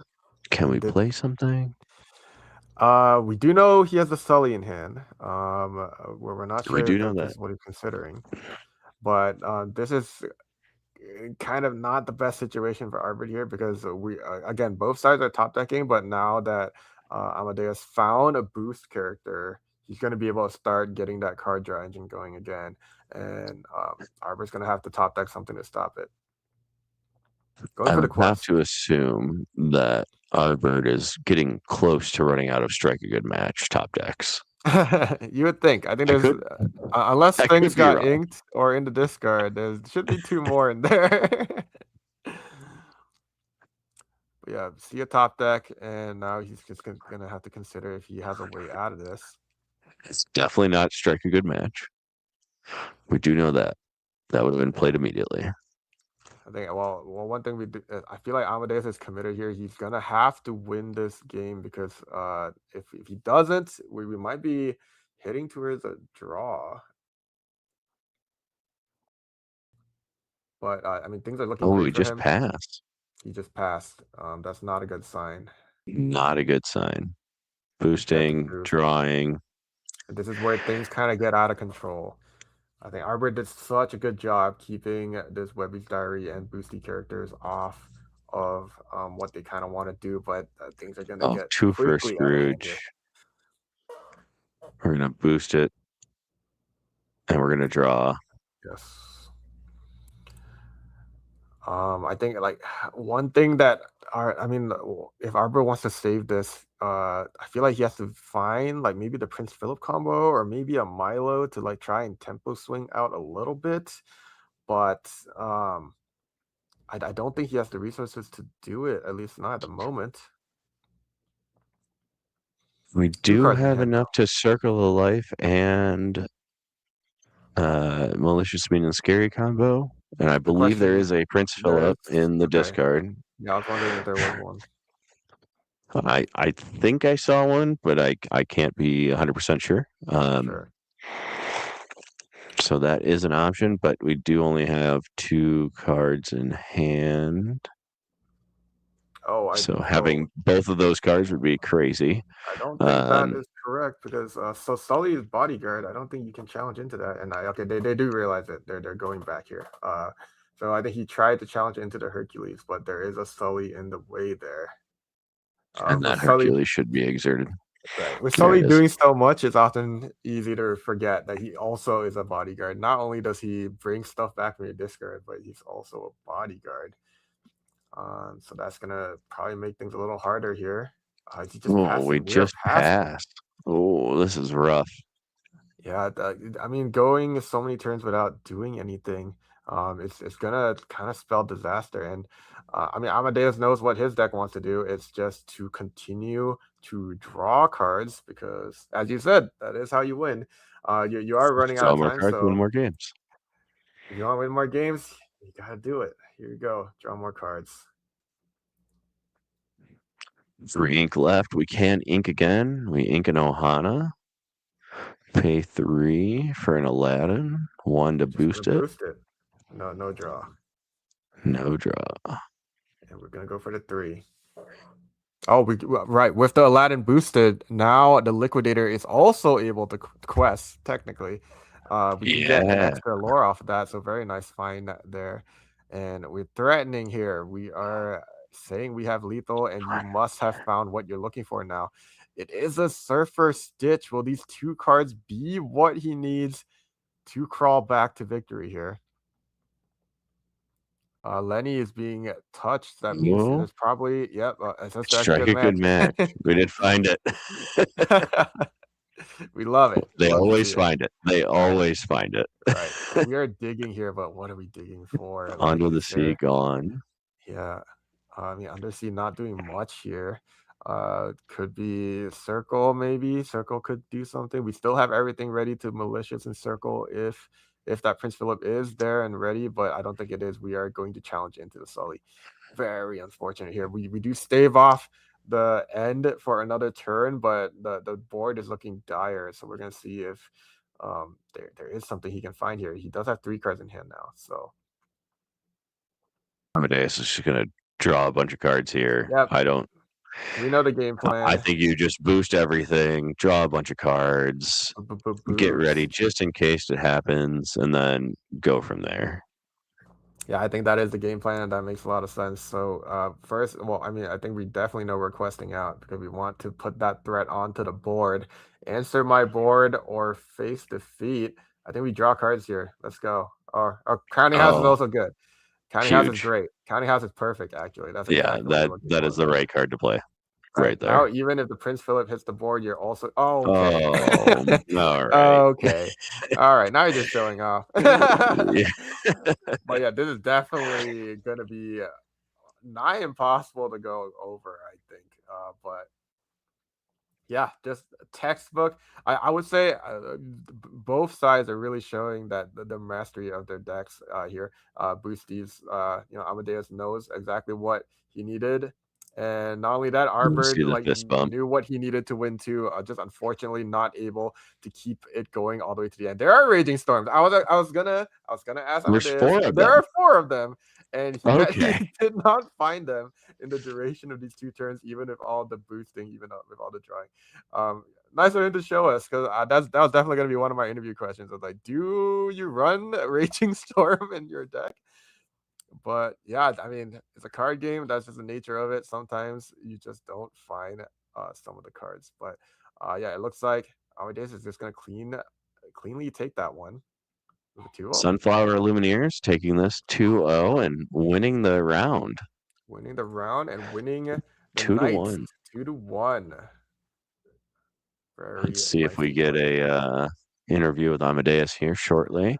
While we're waiting for that interview, I noticed that on one side of the deck there was on the impact side of the deck, Arbor. He had a epic Maelin and a regular Maelin. How do you feel? Are you a foil person, non-foil person, epic, as shiny as possible? How do you play? Yeah, person, but I'm not gonna be like actively seeking it out, I feel. So I'm also that person with like 1 epic in my deck, or like 1 or 2 foil cards. If I do have an enchanted though, I do like to play with it usually. So like I remember like back in Emerald Steel, I had like 1 enchanted Diablo and 1 enchanted Bruno, and then everything else was like non-foil. But yeah, I wish I had the revenue to just completely bling out the deck, but I do like those shiny cards though. I think Lorcana cards are so beautiful, and I try to take advantage of that anytime. They're so good. The artwork, amazing. Shiny, always good. I am a lowest rarity kind of person, so I will always play non-shinies. I will actually, if I have if I need 4 cards and one of them is a foil, I will actively go out and buy a non-foil to put it into my deck just to make sure. I do have a close friend who's like same mentality as you, but he takes it another level. If he has a foil and he needs a non-foil, he will trade it just 1 for 1. Just Yeah. look, just whatever it takes. But I've done that. I've yeah, done that. I think one set that was really sad for me was I forgot which one it was, but where the foils were like super curled. I was like, I had to like dejectedly just not play with them just because it was like it was impossible. They were so obvious in my deck that I was like, I can't even do it. Like so, I feel like it's remedied now. I feel okay playing with foils again. So we're in a good spot. I'm pretty sure I traded a foil Elsa 5th Spirit for a non-foil just because I needed a 4th. Oh my god. I would love to be friends with you. It's a great trade-off. Very much a low rarity person. I will keep all the enchanteds that I pull pretty much and put them on the board. Usually behind me. You can't see it right now due to the green screen. But yeah, you know, collecting and playing. Two sides. Yeah, I mean, I love it. I feel like I'm having a great time with the ICL right now too, especially like I've only like we've been talking about. This is my second day. Yesterday was my first, and I'm watching some really cool, fun games. Like we really get to see the mastery of the players. We get to see some cool stuff being like thrown out. I only caught a glimpse of it yesterday, but we saw the Grand Bobby and Blurple. That was crazy to see. So good. So I'm excited. I'm excited for the future. I'm excited to continue to see what's going on. And this is a wonderful time for the ICL, right? You have such a diverse meta that you basically are going to see anything and everything. You'll definitely see Emerald, as I call it. You'll definitely see that out here, but you'll definitely see everything else under the sun. You know, you'll get your Sapphire Steels, you'll get Grandpabbies, you'll get Boosties, you'll get it all, right? We saw, what did we see today? We saw Amber Amethyst, we saw Emerald Steel. We did see the retro device we did for a little bit. Yep, we did see that. We Emerald. We saw what, 2 of the Amber Emeralds, and then we did see Boosties, so Ruby Amber. So yeah, we got a nice mix there. We only got 1 duplicate. All right. It looks like we are ready for the interview. So you had Raging Storms and just couldn't find them, eh? What happened there? I almost got scared. I mean, I know I checked through the deck. I fanned it out, so I know everything was there. But I almost got scared to flip it over and look for them because I was like, did I have them? I mean, they weren't boosted under a single character. That I told my opponent in game 1 I stopped boosting my Scrooge to not lose any Raging Storms, and then he killed those Scrooges. I flipped 7 cards underneath them, and he goes, "How many Raging Storms were there?" And I was like, 0. He's like, "So I'm gonna get Raging Storm." Probably, man. I'm drawing a lot of cards. Yeah, I thought I was going crazy there. I was like, I'm pretty sure Boosties runs Raging Storm. Am I crazy? Yeah. Well, and I've seen in the Amethyst Emerald deck, some people are just like, control the board, don't let it get out of hand. They've cut to 1 or 2 Raging Storms. I'm not that person. I run 4. There were all 4 in there. They weren't in your hand, but they were in there. Yeah, somewhere. I checked game 2. They were in the bottom 10. So I guess, that's why you don't fan your deck out and check it before and then shuffle. But they said 11 times is lucky, so I think I went 11 times, and it was not lucky. Unfortunately not. Ended up not needing them, so it was perfect. Yeah, how were you feeling there in game 2? You had the lead, you were having the counting house out there, and then started to fall off. A bunch of stuff happened. Yeah, how'd you feel? So the first red alert in my hand, I almost inked it 2 or 3 turns prior. I knew it would get to a position where he either had it, because I've played enough of the Songs deck to know that you either have it, or sometimes you just draw 20 cards and you can't find Circle of Life.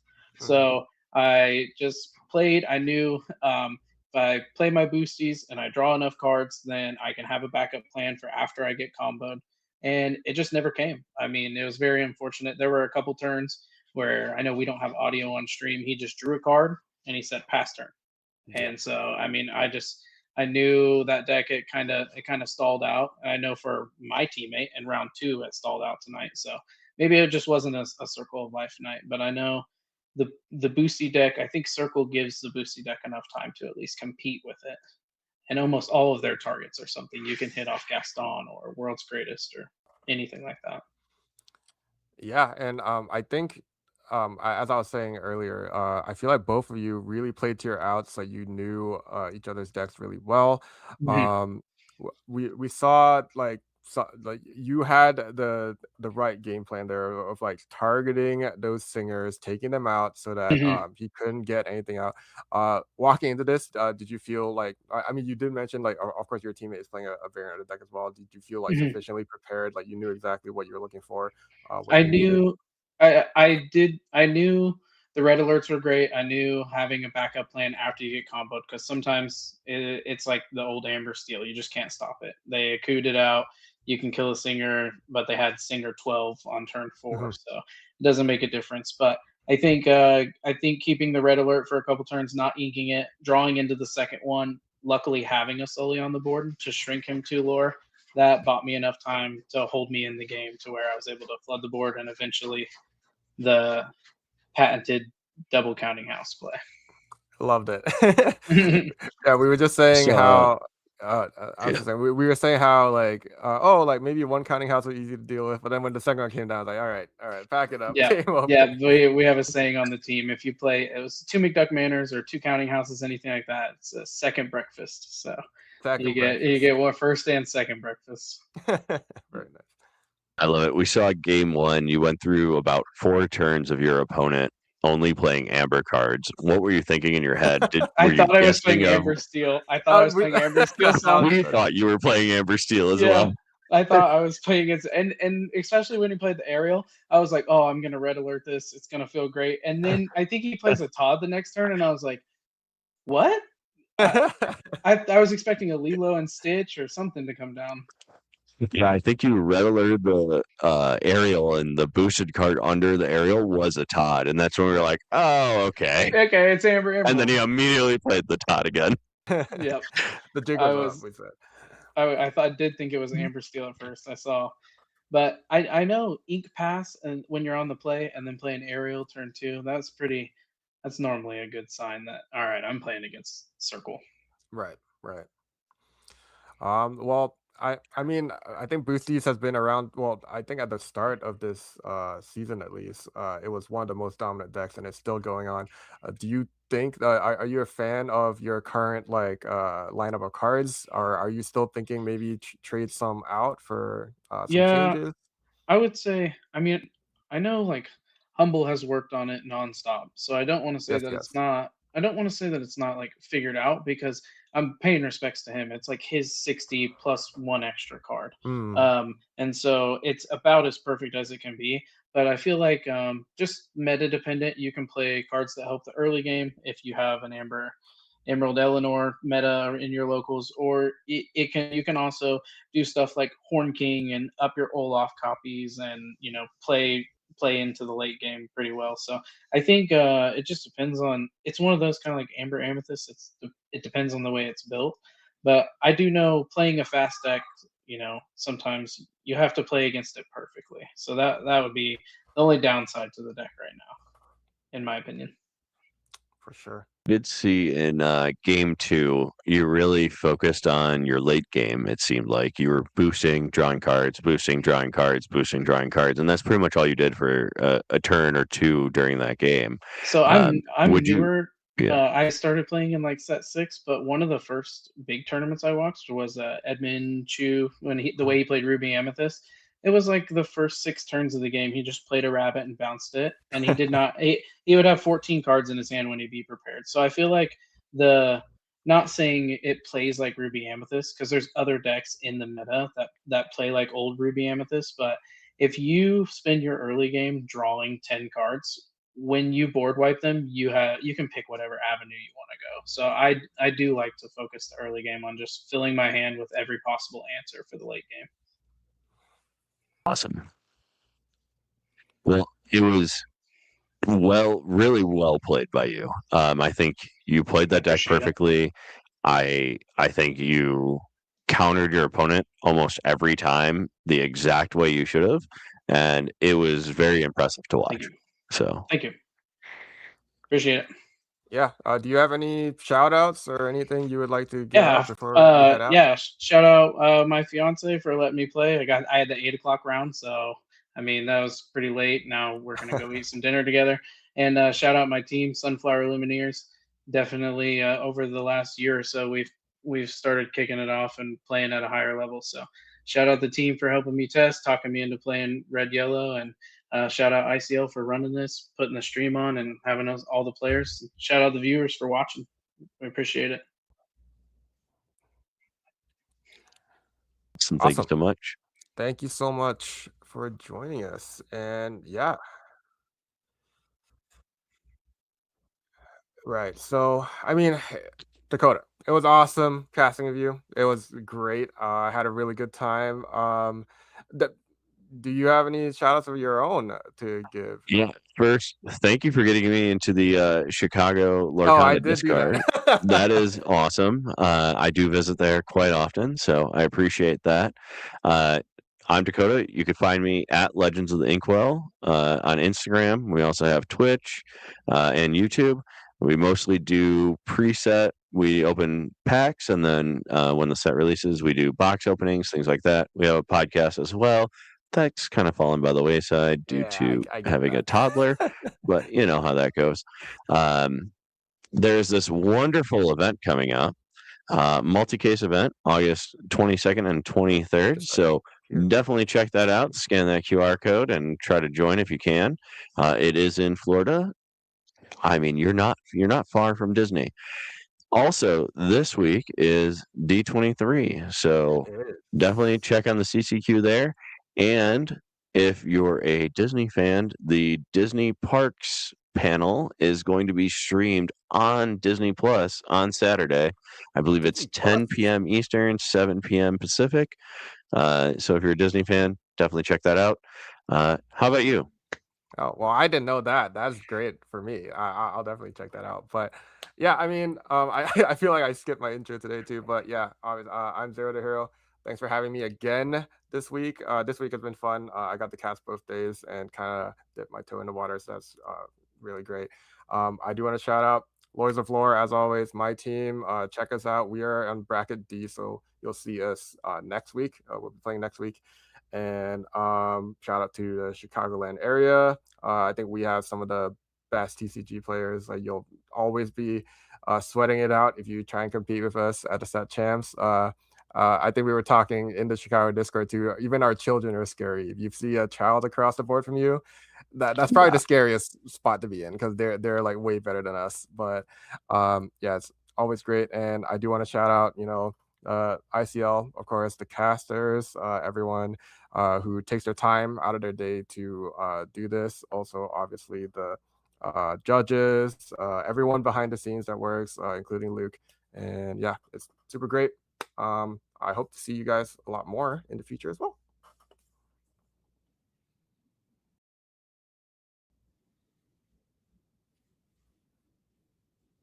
We're going to raid the Enchanted Chatter, so stick around. And I'd be remiss if I didn't say shout out to the Lazy Boys, the reigning champions. Let's go. All right, let's see Enchanted Chatter. All right, rating. Go enjoy. Go read off. Bye. Bye.